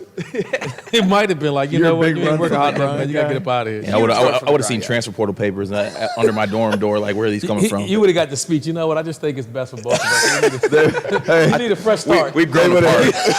We've really grown apart these You need a last fresh couple start. months. He would have been the only person to be like, I got hacked. I somehow ended up in the portal. And it wasn't you. People are saying, like, I'm in the portal. Wait, what? I would have loved to had a crack at it though. I would have loved to have been able to get a little NIL money. Oh, It's fun, but is it not getting a little bit out of? Isn't it a little? It's No. a little. It's It's a little crazy crazy. that It's you not a guys little are- much. It's not. You guys are, No, it's not. Don't Not touch it. NIL. Not NIL. I'm talking about the portal stuff. It's hard to keep up. I mean, it really. It's. I mean, I thought I saw Take the care of your number the dudes. other day. It's at 1,300 already. Take care of your guys. If your guys like you and they understand their role the whole you knew time, this was that's going to huge. happen to you too, because once you gave that COVID year, you basically said kids coming out of high school, everybody in college gets another year, and then whoever is coming in, we'll figure it out. And so now I got a chance to say, all right, between the 4 of us, one of us ain't going to be on the roster. I get to call you no matter what your class is and just say, because you know what it did? It helped coaches say, where it used to be you come to school and you're just there for 4 years. Yeah. Now it became to where everybody understands it's a year-to-year negotiation. So now coaches are inside saying, you know what, they can walk into a room. Whereas I take Dion for football, right? When he takes over Colorado and says, all right, all you guys need to get in the portal. They would have That was crucified awesome. him years ago had he came in there and said that. It's like, hey, when you walk through the door, they're your guys. Yeah. Whether you recruited them or you're not. That's just typical speech. Now everybody knows it's year to year. Whether you like it or you don't, it's just part of it, and you got to make the best of it. So let me ask you this, because you're How saying much money is Randolph Childress making after he crosses over a guy, he falls down, and he gives him the bird before knocking T-shirts it that'll through? be printed. I mean, come Ooh. on. T-shirts. I mean, Hey, everything. I would have taken it all. That's what they call it. That's why they call it $1 million move. Yeah, I would have You would taken have made it $1 all. million bucks. We're still talking about it however many years later. I'm Yeah, sure you yeah. could have made some money off You know of what's that. crazy is like, I would have made considerable coin. Like, because like, this is crazy. This feels like a red table talk or something. I Like, would've we're- made- like, It's we're- like we got this T.O. off in a his bad chest. spot. You got, I would have made some considerable coin because, like, this is not a lie. Jersey sales in the state of South Carolina, basketball number 22 was second in the state. Clemson jersey. What was first? C.J. Spiller. Okay. Like, Not bad there to be would have been behind. some there would have been some money. I'm a little Opportunities there, huh? pissed. It was Yeah, good money. sure. We huh? What'd you say? I said a little money there. But it made a little money. No? A little money. Man, I'm about not it. saying I'm not saying I'm buying a yacht, but like, Think of how much crypto you could have had, CZ. that's right. That's right. Jesus. Dude, could you imagine if I bought crypto with that exact same money that I would have made for my jerseys? I'm not sure It might have been here. here. would No, it wouldn't be. Would have been here. we? Yeah, crazy. It would have been the Phil 68. It would have Crazy. been called something else. I was So- trying to think of something funny. I can't come up with it. So I was going to ask you this because you're sitting next to a Michigan State fan in Carter Elliott, whose coach is the loudest vocal opposition guy in the sport of the transfer portal. Can he survive? Because you just alluded to the fact that this is the sport now. Everybody has to adjust. Michigan State made a Sweet 16 this year, good recruiting class next year. What do you think is the eventual outcome for a guy who so loudly opposes the transfer portal in Tom Izzo? Listen, we joke about it all the time, but I told you, I think he's probably my favorite coach in college basketball. Whether you think he's the best, I know people with he's confrontational with his guys, but he also has that relationship with them that allows them to communicate that way with him. I'm a big Tom Izzo fan, and I think he's one of the best in the business. If you can make the argument, the best. I don't know. I think if he doesn't, I think it could hurt him from probably getting a national championship. I think he's too good of a coach where it doesn't matter. You give him 3 good players and 2 guys that can walk and chew gum, and he's just gonna figure out a way to get into the tournament. He's just that good. Can Madi Sissoko walk and chew gum? Do we know that, Kurt? It's a game by game basis thing. I feel like, but the thing is, it's okay if he can come out and say whatever he wants about it. But behind closed doors, you look at the team we've added: Tyson Walker, transfer. I mean, Joey Hauser. That's what I'm saying. I think he's done it. It's more so of like I'm against it, but at the same time, behind closed doors, I'm refreshing the portal page because I'm gonna get a guy. I think what he's part of what he's saying. I don't want to put words in his mouth, but I think what he's saying too is it was supposed to be limitations on the one time. It was supposed to be called the one-time transfer. Yeah. And then now, his argument that everybody's getting a waiver. Because once I just say, hey, I got to transfer and someone... And then the grad transfer, too. So you basically get 2 and 4 years because most kids are graduating in 3 years anyway. We're going to learn a lot about... Everybody didn't go to Clemson. Well, come on, baby. They got to go to summer school. I need it down to my last day to graduate. Hey. Some of those guys that were at Wake Forest when I was playing, we ain't going to talk about that. Hey, they didn't graduate in 3 years. They just didn't graduate. That's right. They just didn't graduate. They just didn't graduate. Yeah, that's right. No, but I think we're going to learn a lot about the portal and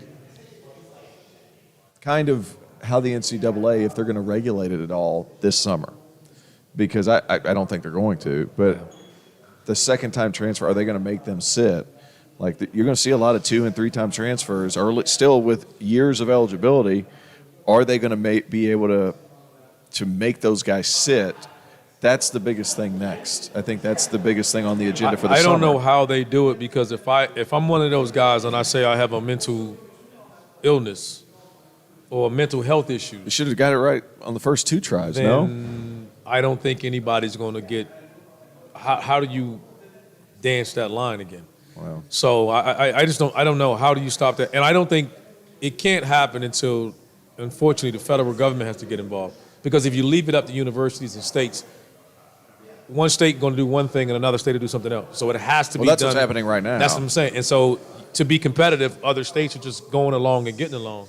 And if you don't get the federal government involved to help regulate it, then it's going to continue to be the Wild Wild West. Yeah. Fun times, right? Isn't this fun? it's interesting. It's certainly interesting. I mean, it's really tough to keep up with. Like that's the thing. Like I was in favor of the transfer portal for the standpoint of like, hey, guys are you need to take care of your guys. Like you can't just be a jerk to whoever you're playing, like you have on the floor. That's the big thing. Like take care of your guys, make them comfortable. Bob Ritchie's only got one available spot, and he's got one transfer that's transferring to play for one of his ex-assistants who got a head job. Let me ask you this, and I wondered this. I'm not saying it's true, but I you know how you're sitting around, you're thinking about things. I wonder if some of the traditional blue bloods that we talk about, one of the advantage that, and not just blue bloods, like elite programs, or really good programs, one advantage that they always had was they had depth. Guys would go there and they would wait. Mm-hmm. That's part of what they're no longer doing. So yeah. I think that's part of the parity that you're seeing is that there's just no, you know, and I'm not even going back as far as when I was playing. Like guys even 10 years ago or so would go to a school because it was that school. They grew up wanting to go there and they would wait. Now it's like, I'm not going there to come behind to play behind T.O. for a year. I don't care if he's a senior or whatever. It's like, T.O. needs to be a senior, then I'm coming in. I'm not coming if he's a freshman or sophomore. Yeah, right. And so, like, that's what I think. That's why I think they're complaining. I say it's too much money for the player to lose. I'm not saying there's too much money involved because, to be honest with you guys, I think, you know, they need to NIL stuff. Let it roam. Like, just let it go. Just let it go. It's not the federal government's responsibility. Just let that go. Cheers to that. Yeah, it's just like. What you're alluding to, a blue blood who could find themselves in a predicament here. How about UConn with Adama Sanogo? They could bring him back next year. They got a guy in Donovan Clingan. But they can't because he's not American, so he can't get NIL money. There's a will, there's a way. I'm just saying. And if there's money, there's definitely a way. He has an I-20, right? So I don't know if he can. He's not allowed. There's a direct under flight the from, rules. there's a direct flight from. I'm just telling you that's what the rules are. There's a direct flight from Newark to the Bahamas. God. All right. Well, and you could get paid there. Oh yeah. Ask Oscar. While we do some flight mapping here during the break, coming up next, I have some hot questions for these guys. Specifically, I want T.O. to drop his analyst hat and tell me who he wants to win the national championship from this Final Four. That's next on the Field of 68 from the Final Four.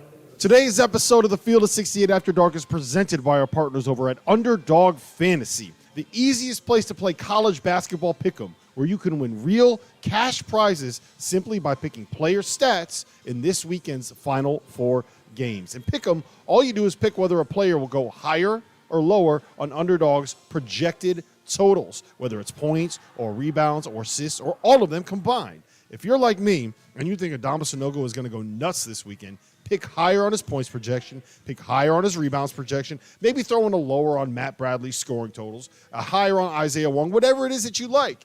Put them all together, and if you hit them all, then you can win as much as 20 times your money on a single game. Underdog's slick mobile app is easy enough that dummies like Jeff Goodman have even figured out how to use it. So go to UnderdogFantasy.com or download the app and use the code FIELD, that's FIELD, to get a 100% deposit match up to $100.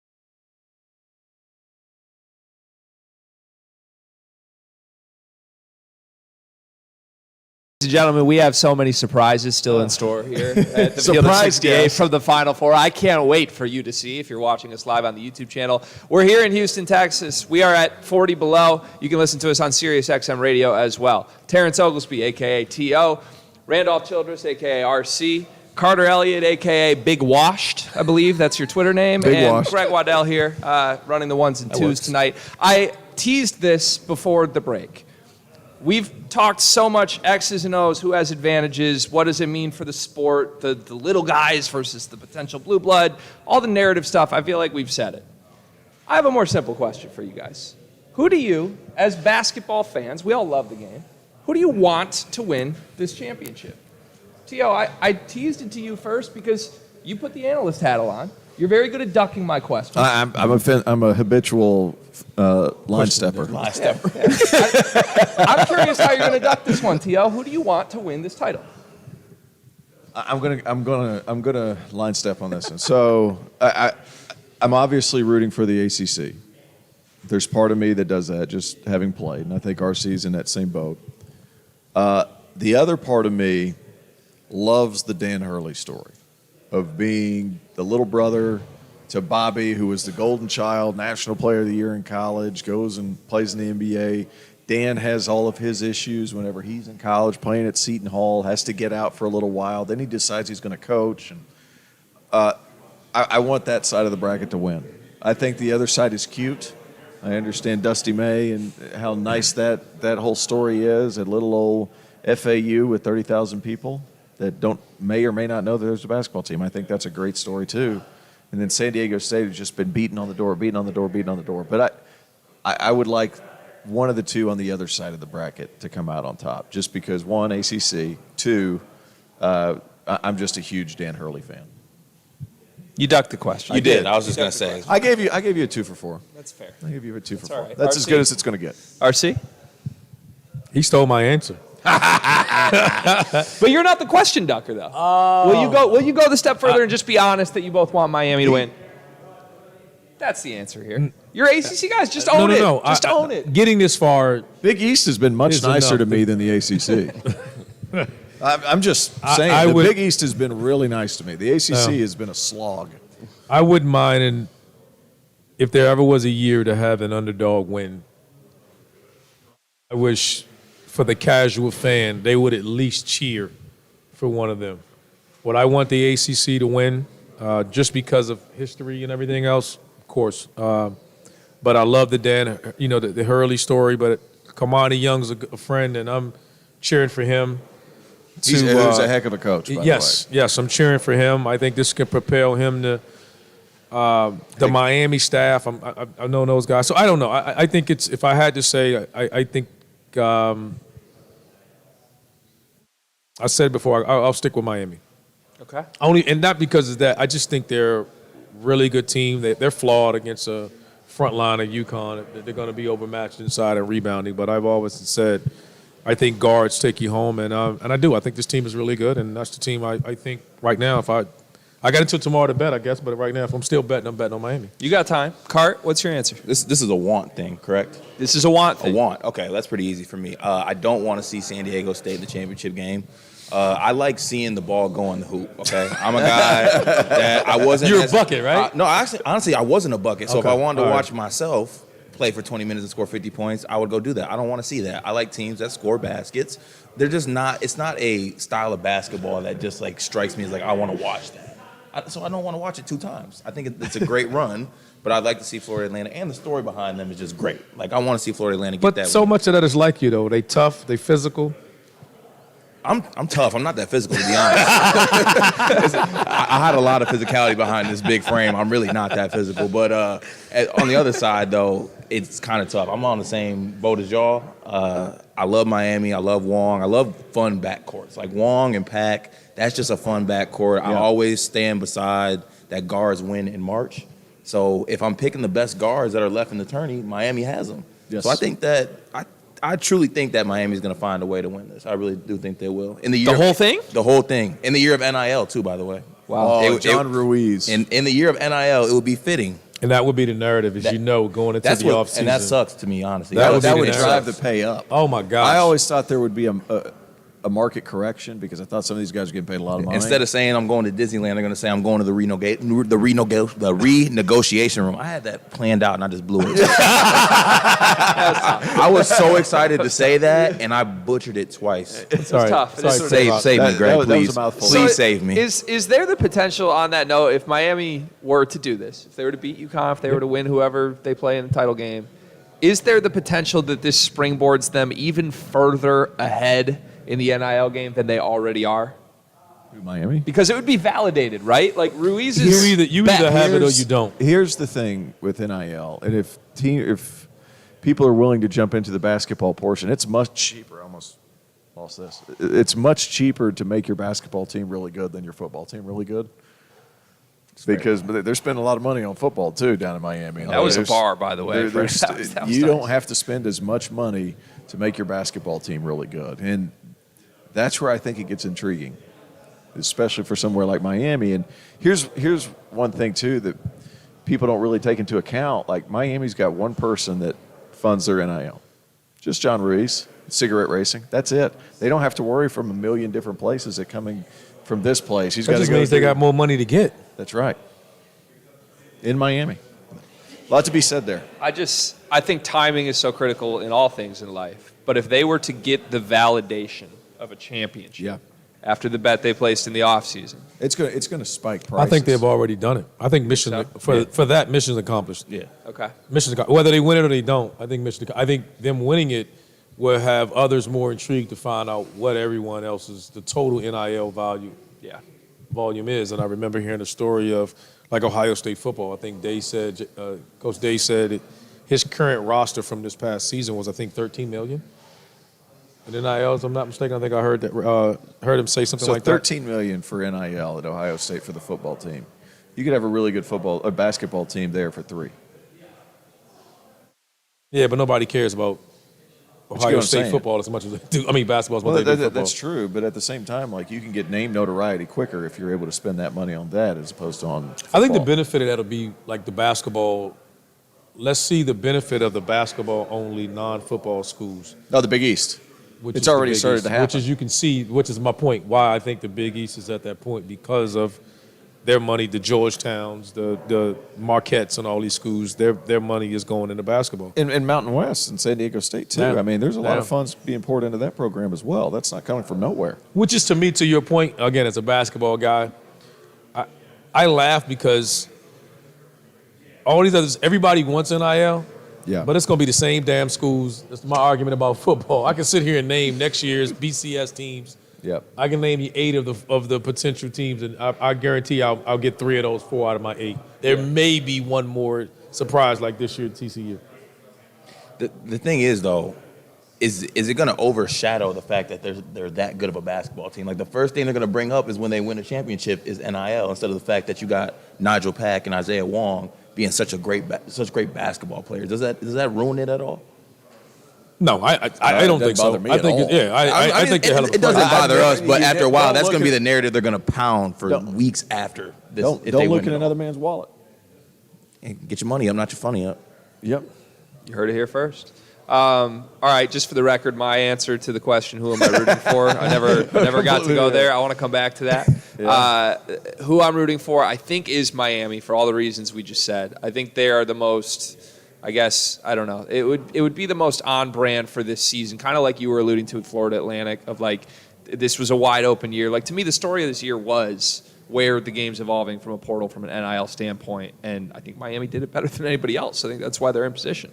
And on the flip side of that, you said you don't want to see San Diego State. I echo your thoughts there. I really don't want to see UConn win, because imagine having to deal with Rob Dauster for the next 12 months. That's a sad world, guys. For us individually, let's be selfish. It might be my. I got to do the podcast anyway. So. Listen, it might be my last time on the show. If UConn wins. Yeah, if UConn wins, that's gonna be a while. After all the crap I'm dealing with right now. You're handing in your 2 weeks. Oh my gosh, I'm gonna go ahead and get my 2-week notice in afterwards. Yeah, why I'm not? going on vacation, never to come back. You, T.O., last year you were very, I guess, notable for your Miami picks in the NCAA tournament. You had them going very far. I believe you also made some money on that in Philadelphia last year in the early rounds. Did you have Miami advancing this far? Are you surprised by this? I had them to the Sweet 16. I didn't have them all the way here. What one seed did Houston. they beat again? Houston. I had Houston beating them. And I had I them regret losing that to Texas. I wholeheartedly. thought Texas would get them. I had Houston beating them because I thought Sasser and all those other guys that they have, they're so talented, could match with the guards, but they couldn't. They couldn't. These guards are really good. It's just too many. Even I underestimated this team. That's shocking. Yeah, and I love this Miami team. So I didn't know you were capable of underestimating this team, to be honest, after how much you gassed them up last year. Rightfully so, though. Like, that's one of your – is that on the Mount Rushmore of T.O. predictions? that and seeing Paolo Banchero one game and then saying he's the number one pick, that one, felt pretty good about that one. That was good. Yeah, that was, a bit of luck. The fact that he stayed healthy, yada, yada, yada. Yeah, that was good. We are presented, as always, by Bet Rivers, by the way. I've been trying to make RC a better over the last couple I'm years. trying, man. I'm trying. I don't know how far we've Is it come. legal in It's North coming. It's not Carolina? legal in North Carolina yet. It's not legal in South Carolina either. When it, It's not when it legal gets, in Texas When it either. gets legal, I'm going to call you. Okay. We're voting on it right now. When it goes through, I'm going to call you. I'm going to need some help getting going, and call you too, Elliott. I need you to, we got. you know, I know you got my help. Oh, we you got know? you. Well, it's Miami plus 5.5. Taking Does that get interesting against UConn? I'm taking that all day Taking long. that. It's a lot of points. I'm taking it all day I'm long. taking That's a points. lot of I points. called my wife back home because she's in Michigan. I told her to place that bet for me. She did too, right? I Oh, mean, she did, and she did, and I love her for Because it. you've sent that text before. I've been with you, and you've Oh, yeah. gotten wildly different answers depending on when you I sent said, that honey, text. drop everything you're doing right now. Miami's plus 5.5. Place it. Put the mortgage on it. Wow. Don't do that. Don't do that. Whoever's watching, don't do that. Don't put your mortgage on Responsibly, always. Always it. responsible. Gamble responsibly. Yeah, gamble responsibly. Very scary to me. Anytime you have a consensus on a bet, normally you want to be on the other side of that. So the fact that all four of us are like, oh yeah, no brainer, Miami plus 5.5. That's a little terrifying. UConn hasn't exactly played a close game. They're blitzing people. I mean, they've been. So are they ready for a close game when it happens? That's the thing. That's the biggest thing. That's the biggest thing. If that comes up, I mean, Miami, they have guys that can make shots. Randolph alluded to it. Was it yesterday? Like, if you're going to pick 3 players on the floor, both starting fives, what 3 players would you pick first to create something? Nigel Pack, Isaiah Wong, Jordan Miller. Those are your 3. Jordan Hawkins can score, needs help to get there. That's kind of the hang-up. Yeah. The other game, just quickly, Bet Rivers wise, San Diego State, I believe, is 2.5-point favorites over Florida Atlantic right now. Cart, what do you make of that? Under. That's it? Under. I think I hate to say it, but I think not that I hate to say it. I think San Diego State gets it too. I know we're not ready to get our predictions yet. You can say you hate to say it. I respect that though. I take the under. What is it? 50? It couldn't be low enough. What is it? Could not be low enough. Just an auto under. The under is Under. It's 75 or whatever. And under. Oh, boy. Doesn't matter. All right. I think San Diego State. I think they get it too. I would go that direction. I like the experience. I mean, we joke about them. They don't get enough credit, but they're a physical, tough-ass team.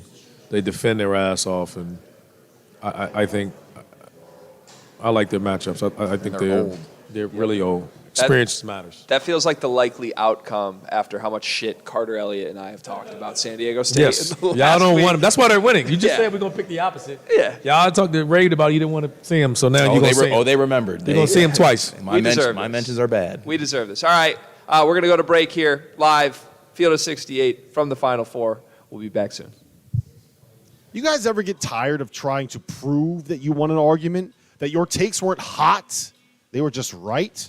Well, I have an answer to all of your problems. Vaulted is a new sports prediction app that turns your opinions into facts. You can store all of your predictions and hot takes in your own vault now and forever. Challenge your friends, keep track of the results, and prove that you are, in fact, the smartest one in the room. Vaulted is also releasing a Final Four competition called their Last Four Pool.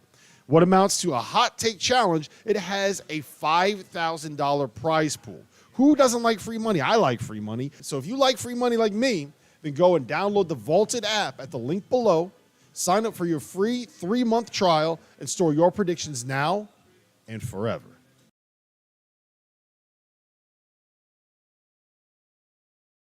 40 below in Houston, Texas, downtown Houston, Texas. One of like the 17 different downtowns here in Houston, Texas. I don't know if you guys know this about feels Houston, that way, Texas. I think so. It feels There's that no way. actual spot. never where ends. It never ends. Right, It's right. It goes on forever. never-ending. It's a never-ending string of traffic and downtowns. That's what Houston is. I got stuck in it today. Yeah, we know. Traffic, bad traffic? Uber couldn't get to where I was to pick me up. Really? I had to walk blocks to get to it so he can Yeah, find gotta me. walk 3 miles to get out of The the woman in city. the front is upset with you. Walk She said, but blocks. that's my girl. It's a shame that she even knows me personally. As soon as I walked up, she's like, yeah, she got on me yesterday. But yesterday was for my wife. I told you I couldn't do that. Yeah, I she couldn't came follow up that. today. And Today was on what me. did she say to you when you walked in today? She gave me crap. She did. What's the excuse today? Listen, Jeff Goodman here, Randolph Childress, Terrence Oglesby. I'm Rob Dauster. We're going to break down this Florida Atlantic San Diego State game. We talked about it a little bit earlier, guys, and I think that we all kind of assume that this is going to end up being a fairly low-scoring game. Correct, T.O.? Yeah, Carter just told us to put everything we had on the under. On the under. What is the under? Everything on the under. I don't know. He Theo doesn't even know what the he under said- means. No, I know what it means, but So we're not but he talking. said it doesn't matter what it is. Just put it on the under. We're not talking Neither about team can unders score. here. We're not talking about unders here. We're talking We're about not gambling. This is underdog fantasy. We're talking exactly. We're not gambling. This is underdog It's fantasy. not gambling. It's fantasy. Download sports. the Underdog Fantasy app or go to underdogfantasy.com. Use code FIELD. You get a 100% deposit match up to $100 with your first deposit. And if people like betting on the under, then you're probably like gonna like taking the lowers on the numbers that they're giving us on Underdog Fantasy. So essentially, what you do is they give you a total, their projections on Underdog Fantasy, what they think is about the mean for what could happen. For example, the total is Janelle Davis, 13.5 points, and what you say is higher or lower. RC. I'm What going do you to think? I'm going to take the higher You're gonna take the higher. Why? because for them to win, I think he needs to play well. When you think Florida Atlantic's gonna win? No, I say if he wins, If if they win, he needs to play really well. Okay. I think I'm going to go under. They're going to need The other guys lower. to do it, or the lower, not under. This Of isn't him scoring gambling. This 13? is underdog. Yeah. Oh, no, I think he scores more than that. Who's this? I picked the up. Was it up? Higher. Or, The higher. Just looking up. We've been a gambling website for 2 years. I'm over here. Go ahead. We're going Go ahead. higher I than was just 13. looking on the website. I've gone higher on everything. Okay. Yeah. It's. Break down the matchup for Janelle Davis against San Diego State today. Florida Atlantic. I mean, he's been awesome. He's been so good in this. I almost think he's due for an off game. He's been so good lately in kind of carrying them. Their two guards have been terrific. They need more help from other guys, but I would go. Did you say lower You're taking lower? than 13? Yeah. I'm going lower. I would take I lower don't know too. about 13. See, that's though. what I'm He's saying. been I good think he lately. can, yeah, he's good. He's going to get more than that. Yeah, I bet that. I'm going higher than 13. Higher than I'm going 13. higher What than about 13. what about Matt Bradley? Matt Bradley. He's got to break in out. the entire second weekend combined, he had 8 points. Yeah. Go ahead. What is it? 12 16.5 points. Higher. 17.5 Higher, but points like- plus rebounds plus assists. Can I tell you 3.5 something? rebounds. Only one player at San Diego State averages in double That's what I figures. said. He's Only it. one. He's that one. Yeah, he's the one. He is that one, but he hasn't been that one lately. I'm going to go lower for Matt Bradley. Lower for Matt Bradley. I'm going higher because you can only hold the guy down for so long. Like, Well, it's not like he's Michael Jordan, though. no, but at the same time, like he combined for 8 points and he's wired to score. He's the only guy that's wired to score, so he's going to get enough opportunities to go higher. The That's only where I thing would go is, at. that they told me this yesterday. They're so much less reliant this year on Matt Bradley. Sure. Yeah. That they've got other guys that they feel like, you know what, if he's not making shots. They don't A force year it. ago, they could not sit him. Now they can sit him. Yeah. Right. He got in foul trouble as well, and I don't think they have to force it, which is why they're here. And keep in mind, I have one for you, Rob. I have a higher or lower. Higher or lower. How many more shows does T.O. tap out of? Well, look, you know what? Tap out. I can't even make fun of T.O. right now. You know why? Why? No. He's here. He He is showed here. up. No, he is here. Showed up. What did I tap out Congratulations. of? You showed up. where did I tap out? I In tapped out Vegas. too. Oh. In Vegas. What do you mean, what? That You doesn't- didn't want that me. You doesn't didn't count. want me there. Him and Jordan. No, we definitely didn't. Oh, that is a perfect segue. Okay, T.O. You didn't want me there. What, we got Pepto-Bismol as a No, sponsor all now? right, hold on, guys. This is a very serious question. A very serious question from our friends at Underdog Fantasy. Promo code FIELD gets you a 100% deposit match up to $100 with your first deposit. T.O. Pounds lost in Vegas. Eh? Last week, when we were in Vegas, you had to tap out of shows fairly, One day. fairly, because you had a fair to say a vicious stomach thing. Jordan Hawkins was not at the open practice today. He was kept at the hotel to Las- rest up. with Las what Vegas was called, water. It was what was called a non-COVID illness. Okay, Alex Caravan told a reporter that it was, quote, a stomach thing. You know all about non-COVID illness stomach things. Jordan Hawkins right now, the higher or lower on his points, is 16.5 points. You know all about these stomach bugs? Lower. Or stomach things. Stomach things. Lower. Lower. right now. He's like, lower, I couldn't have scored anything. I'm just saying, like, I couldn't have gone swimming. You shouldn't have gone swimming. The sign at the pool at Stadium Swim said no diarrhea in the last 2 weeks. If you want to go swimming. And Tio saw it, goes, I can't go swimming. Do you think Jordan Hawkins can go swimming right now? Guess where I went the next day? Swimming. Swimming. How about you? Jordan Hawkins, 16 and a It half drains points. you so much. But he'll have an that's what I'm IV. saying. He'll have I'm an assuming IV he'll get and an all IV. that. Yeah. Right? He'll get an IV tomorrow. You would think. He'll have to get an IV, and if he is, He still is like, even if he's healthy, 16 and a half. That's a lot. That's a You lot. never know with Jordan Hawkins. That's a That's lot. the thing. They've got other weapons. I think they're going to try to attack Miami inside, and I don't know if they're going to switch a lot on the perimeter, and I don't know if he'll get that those. line Adama drive Sanogo, three. 17.5 points, 8.5 boards, Under. 27.5 points plus rebounds plus assists. You're taking the higher? Wow. For Adama, what What's was the points again? 17.5. Was that points plus I rebounds? actually plus- think he'll get that. 8.5 boards. They're going to throw to him. Yeah, he'll get the rebounds. for Often. sure. I go over. Me Yeah. too. And you know with Adama, like, he's just so consistent now. I would go higher on that one. Yeah. On the points On or all of rebounds? it. On all of Everything. it. Yeah. All the above. Everything Adama. Sanogo. Well, I'm you're in a big arena. So to me, what usually happens, right? Those guys miss shots.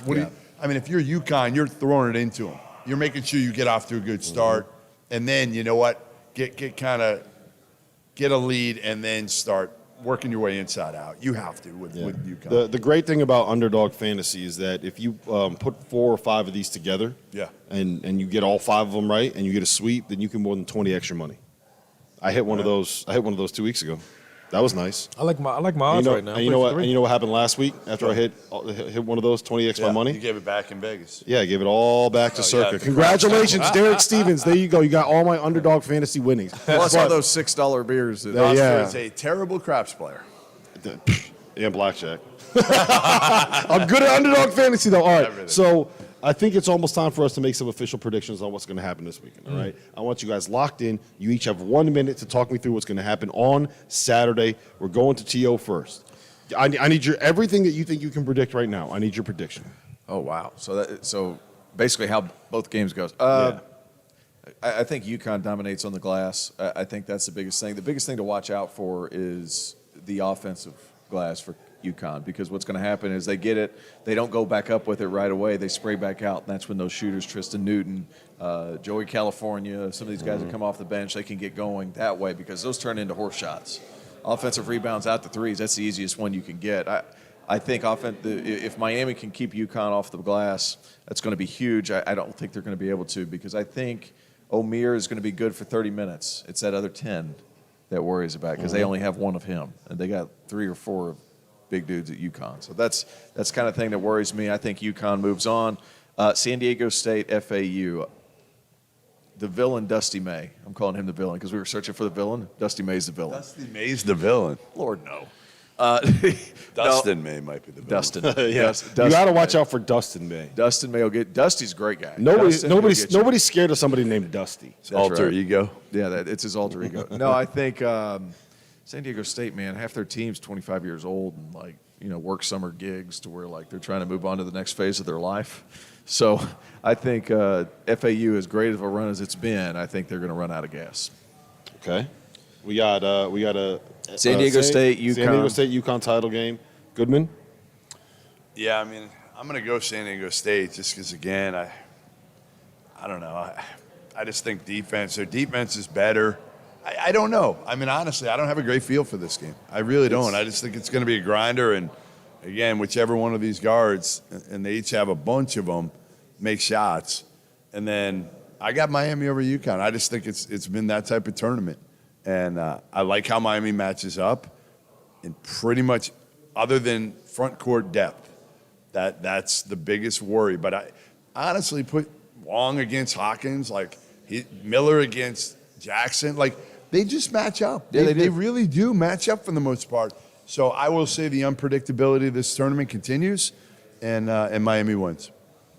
I'm so conflicted with the FAU San Diego State game. Yeah, it's a hard one. I really am, because this team FAU just refuses to lose. That's just a connected ass team that fucking figures it out, man. They just refuse to lose. And when you talk to coaches that played them, they even notice. So like I said, I mentioned this the other day. I talked to the Kansas State staff, and they were like, it wasn't anything schematic. He just said there was a group that you just felt like refused to lose. And I actually told them, I said, I thought you guys were so reliant on Marquise Noel. And for them, it was like the ball just moved, and whoever got the open shot took the open shot. Yep. I think that's tough to match up with. The hardest thing, too, is what makes me apprehensive about it is the fact that Tennessee's very similar to San Diego State, and the fact that they beat you up Yes. and they play D and all that stuff, and they couldn't score either. That's the thing that keeps throwing me the other direction. I'm going to lean toward this is a FAU hard with game. that. It's a hard one. It's It really a hard is. one. It's a hard one because of that. I was just really impressed with the way they played in the guts of the game when it mattered to get here. Yep. The ball popped, it moved. You just can't teach that, and credit to those guys. And so I'm gonna lean toward FAU on that one. And I really, before we started, was San Diego State. Yeah, and then when I I listened to you guys, I'm like, nah, I'm going there. Yeah, I keep going back, waffling back and Yeah, forth. but I think the UConn game is, we know the difference inside. The one thing we talked about this when you and I sat beside each other at the Big East tournament was just the ball screen coverage and then blitzing and recovering. I think Miami knows that because they don't change much. And then when Klingon come in, it's drop coverage. You can't drop coverage Miami. I think they control the play. Miami lost to freaking Texas, defensively giving up 50% from the floor, 40 from 3, and they still won the game. Yeah. I think they find a way to win. I just don't think you can stop them from scoring. I'm going to start with Florida Atlantic and San Diego State. I tend to agree with RC. I think what you need to be able to beat San Diego State is multiple guys that can win one-on-one. Yep. And I think that they have multiple. I think they have 6 or 7 dudes. Yes. They basically They're play coming off the bench. They got 7 guards It's and, like a tap out. 7-footer. It's like the Yeah. WWE.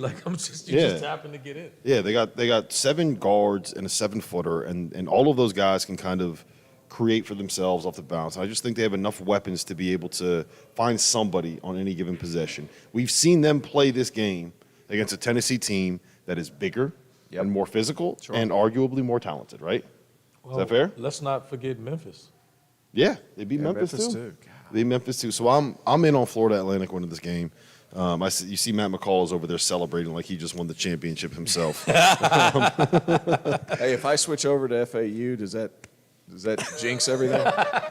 No, it doesn't. Come on, get on the bandwagon. Yeah, Let's throw, go. throw me over there. Give me There we FAU. go. There we go. FAU. Look, You see how easy he is to convince? Yeah.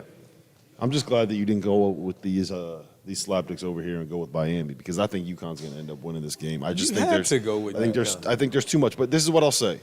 I think the line at 5.5 is probably too high. I think that it's closer than that matchup. I think it needs to be that. Yeah, If I like you the are- money line though. Like if I'm the value is on Miami right now, No where the line is. But I'll also say this: I think my favorite bet is the over in this game. Like it's Oh my 140. God, The yes. total is 149. This game is going to get played in the 80s. Absolutely. like that. It's going to get there. I unless find it both teams shoot like 2 for 16. Which is possible in these stadiums. That's Which what I'm is very saying. possible. You I just never know. You never know. It's the hardest thing to If they're do. going to settle, then it may not be played in the 80s. Here's the reason why I don't think that's going to happen. UConn is going to throw the ball inside to start. Like their game plan is going to be like I don't have inside information on this. I'm not sitting here texting with Luke Murray and Kamani Young about what's happening, but they're going to throw the ball inside. you were, because they weren't that's- gonna respond Yeah, they anyway. wouldn't respond to me anyway. That's what they do.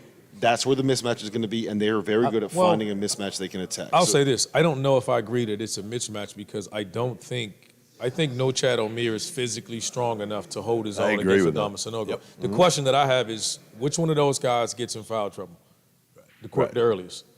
And defensively, I don't know if No Chad puts himself in position because of their defensive coverage. Plays so hard. Yes. Plays so Both of physical those and guys, so they play so aggressive. physical and so hard. Yeah. Will they let them play inside, or will they try to I control think that the they. game? I early think that on? they will. I think that they will. But I think that they will. that's okay. Either way, think that they but will. then I think Sanogo is going to be more because he's going to hedge hard on ball screens and they're attacking all screens. Mm-hmm. Like I would really go at him.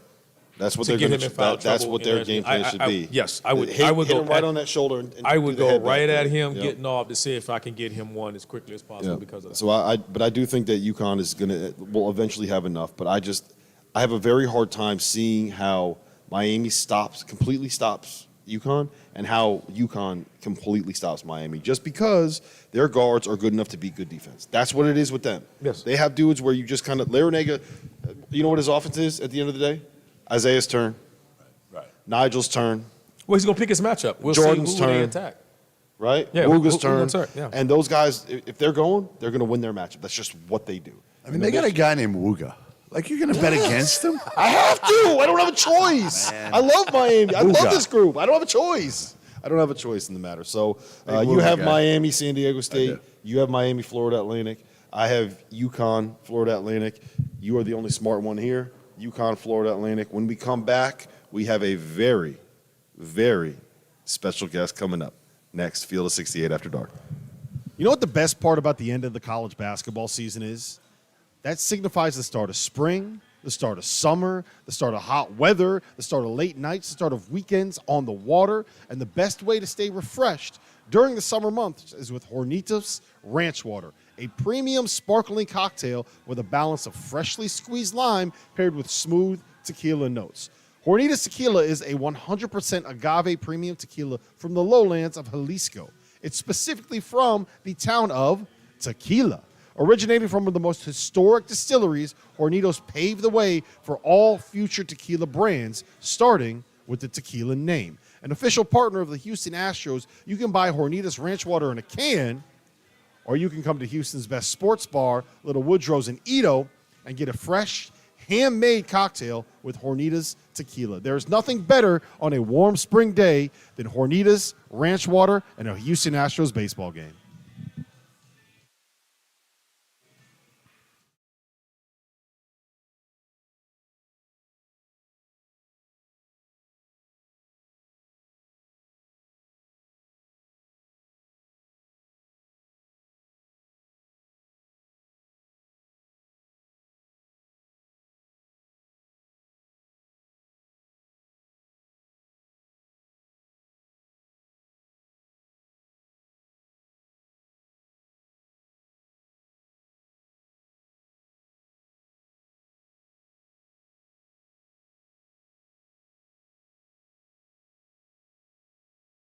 Welcome back to the Field of 68 After Dark. And I wish we had a producer cam on right now so you could see just how terrified our own Dagen Hughes is I'm not terrified. right now. I'm not terrified. Oh, you will be soon. You are. Again, I have the ability to mute mics back here. Don't forget that. Too bad we Mute your can't mic. mute your mic. Listen, Jeff Goodman, Randolph Childress, Rob Dauster, and the one and only Chris Hughes, the father of our producer, Dagen Hughes. Dagen has been very nervous about this all week. He's been very concerned about what you're going to come on here and say. Is that justified? I won't reveal any of his little secrets. Let's put it that way. Wait. If not, then what the hell are you on here for? You cannot come on here and say that. I can't. say that. Does he tell you his name? Did you tell your dad your name? He knows my His name. nickname? He knows Yes. my name. Absolutely. He's in the chat most nights. He knows the I name. watch the show regularly. Yes, I do. And I don't think his mother would. Oh, of course not. Yeah. That's why I'm glad you're here. By the way, mom's baby. You can see her over there in the back. She's the most nervous one out of everyone. I just noticed her looking at her. She's like, It's all right, oh my Mom. God, Don't worry. What's going to happen? It'll all be here?" good. All right, Chris. So what are you doing down here for the Final Four? What brought you down, and how have you enjoyed your time here in Houston? One, I coach high school basketball. I've been doing it for 31 years. Been coaching AAU basketball. With Dagen here, reached an age finally that I said, you know what? If he's working, I'm going to come down and enjoy myself. Basketball is my life. And you've enjoyed yourself. And I have enjoyed myself. Well, so far. Right. But this is my second one. I was in Atlanta. Now I'm down here. And we talked and we said, you know, as long as he's working, he's with you guys. I love watching your show. We have guys back home, coaches that watch the show. I'll continue to go to Final Fours and just be a basketball junkie. I mean, that's basically what it is. I mean, when you're a basketball coach, you live in basketball. That's all you do. You live, breathe, die basketball. So you said that you coach AAU basketball. You coach high school basketball. Did you coach Dagen in basketball? I did. Can you break down his game for us? Dagen was awful defensively. He played zero defense. He could shoot the ball very well. That's right. I gave him that. Hey, hold on. Where is T.O.? We know that. I did beat T.O. We in know Papa that Shot Dagen earlier beat today. T.O. in He Papa did. Shot today. He did. He could shoot the ball. Hey, who set the record in there, by the way? That doesn't matter. You Not know who important. who set the record? Not important. I don't know. Not, Was it me? it's not important. Was Not it me? important. Was it me? Yeah, Maybe you. I did witness that, but no. All I got to say is I've had 2 shooting contests with T.O. now. I've won both of them. This guy claims that he's the best shooter on the field of 68, has never won a told shooting you he was contest fraud. against me. He's a fraud. He's a fraud. fraud. But no, he could shoot the ball very well. But the best part of his game is very smart. Oh, gosh. Basketball IQ was his. I got to give him that. That's good that he's First one in smart the gym. somewhere. First one in the gym, last one out of the gym. Well, no. His brother was the first one in the gym and the last one out of the gym. He's in the chat, by the way. He's here, by the way. He's watching. He's watching this. He's moment. watching. He just got his nose operated on today. He got his nose broken back playing college ball. So he's sitting at home right now. But the two of them were very, very smart basketball players. Their IQ it was like having another coach out on the floor, which was awesome to have. So I got to give him credit on there. Now, was his younger brother or older brother? He is the oldest. Okay. He is the oldest. What's the other son's name? The other son is Ryan. Ryan. Now, Ryan just finished up playing D3 ball at Ursinus. So you just said Ryan's your favorite? Is that what you just said? Yeah. Ryan, yes. Ryan is my favorite basketball player.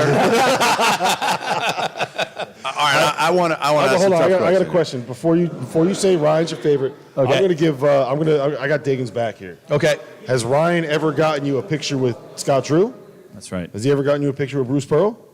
No. Yeah. No, he has not. There you But go. I will attest That's all this. I'm gonna say. I did have my picture taken with both of them. However, my brother forgot to turn the flash on. Again? Not this No, time, but the last Yeah, they know time. the So story. they never developed. So I can't really say, I would have already had them. Yeah. You know, You're gonna give all me right, the fair extra enough. points So for that. let's Yeah. not give him full credit for this. Yeah. Okay. All right, give me. It's tough out here for you, Dagen.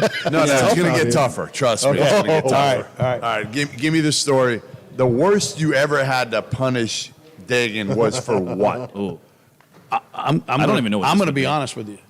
Don't tell me he was like a great kid. I don't think we ever had to punish him. Oh my goodness.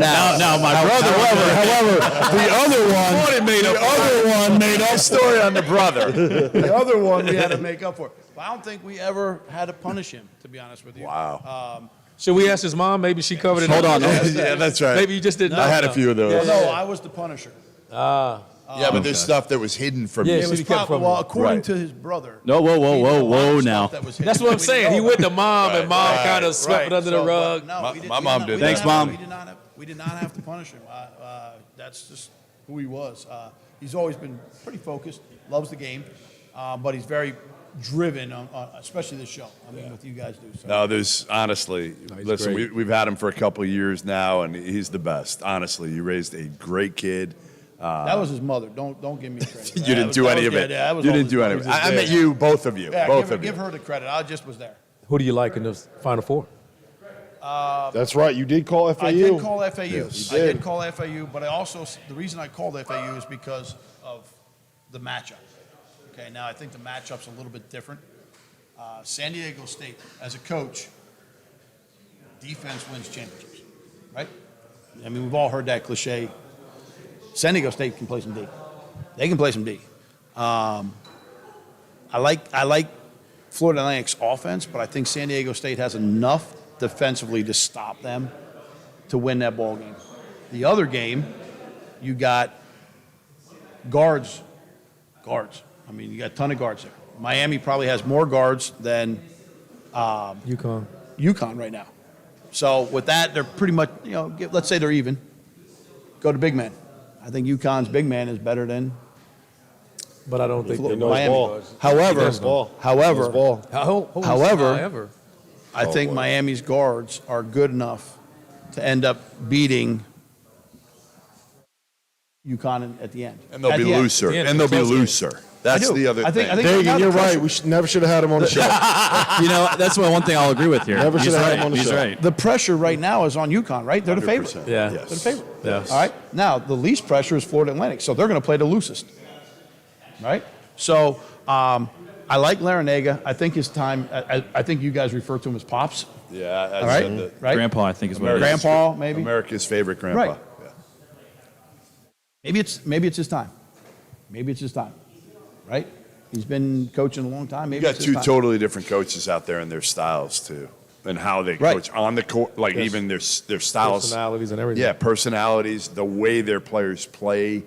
To me, again, I think that's advantage Miami. Now, I don't think that Miami can fall in a hole like they did in the regional final and try to dig out of it against. No, you're not UConn. coming back against. You're not coming against, right. I like your 5.5. I think that's way too much. Yeah. I think that's way too much, and I think the game's going to end up high 70s. I think the over is a huge play in that game, and I think the under hits in the San Diego State game. Yep, I think that you are right. Well, listen, Chris, we appreciate you being here.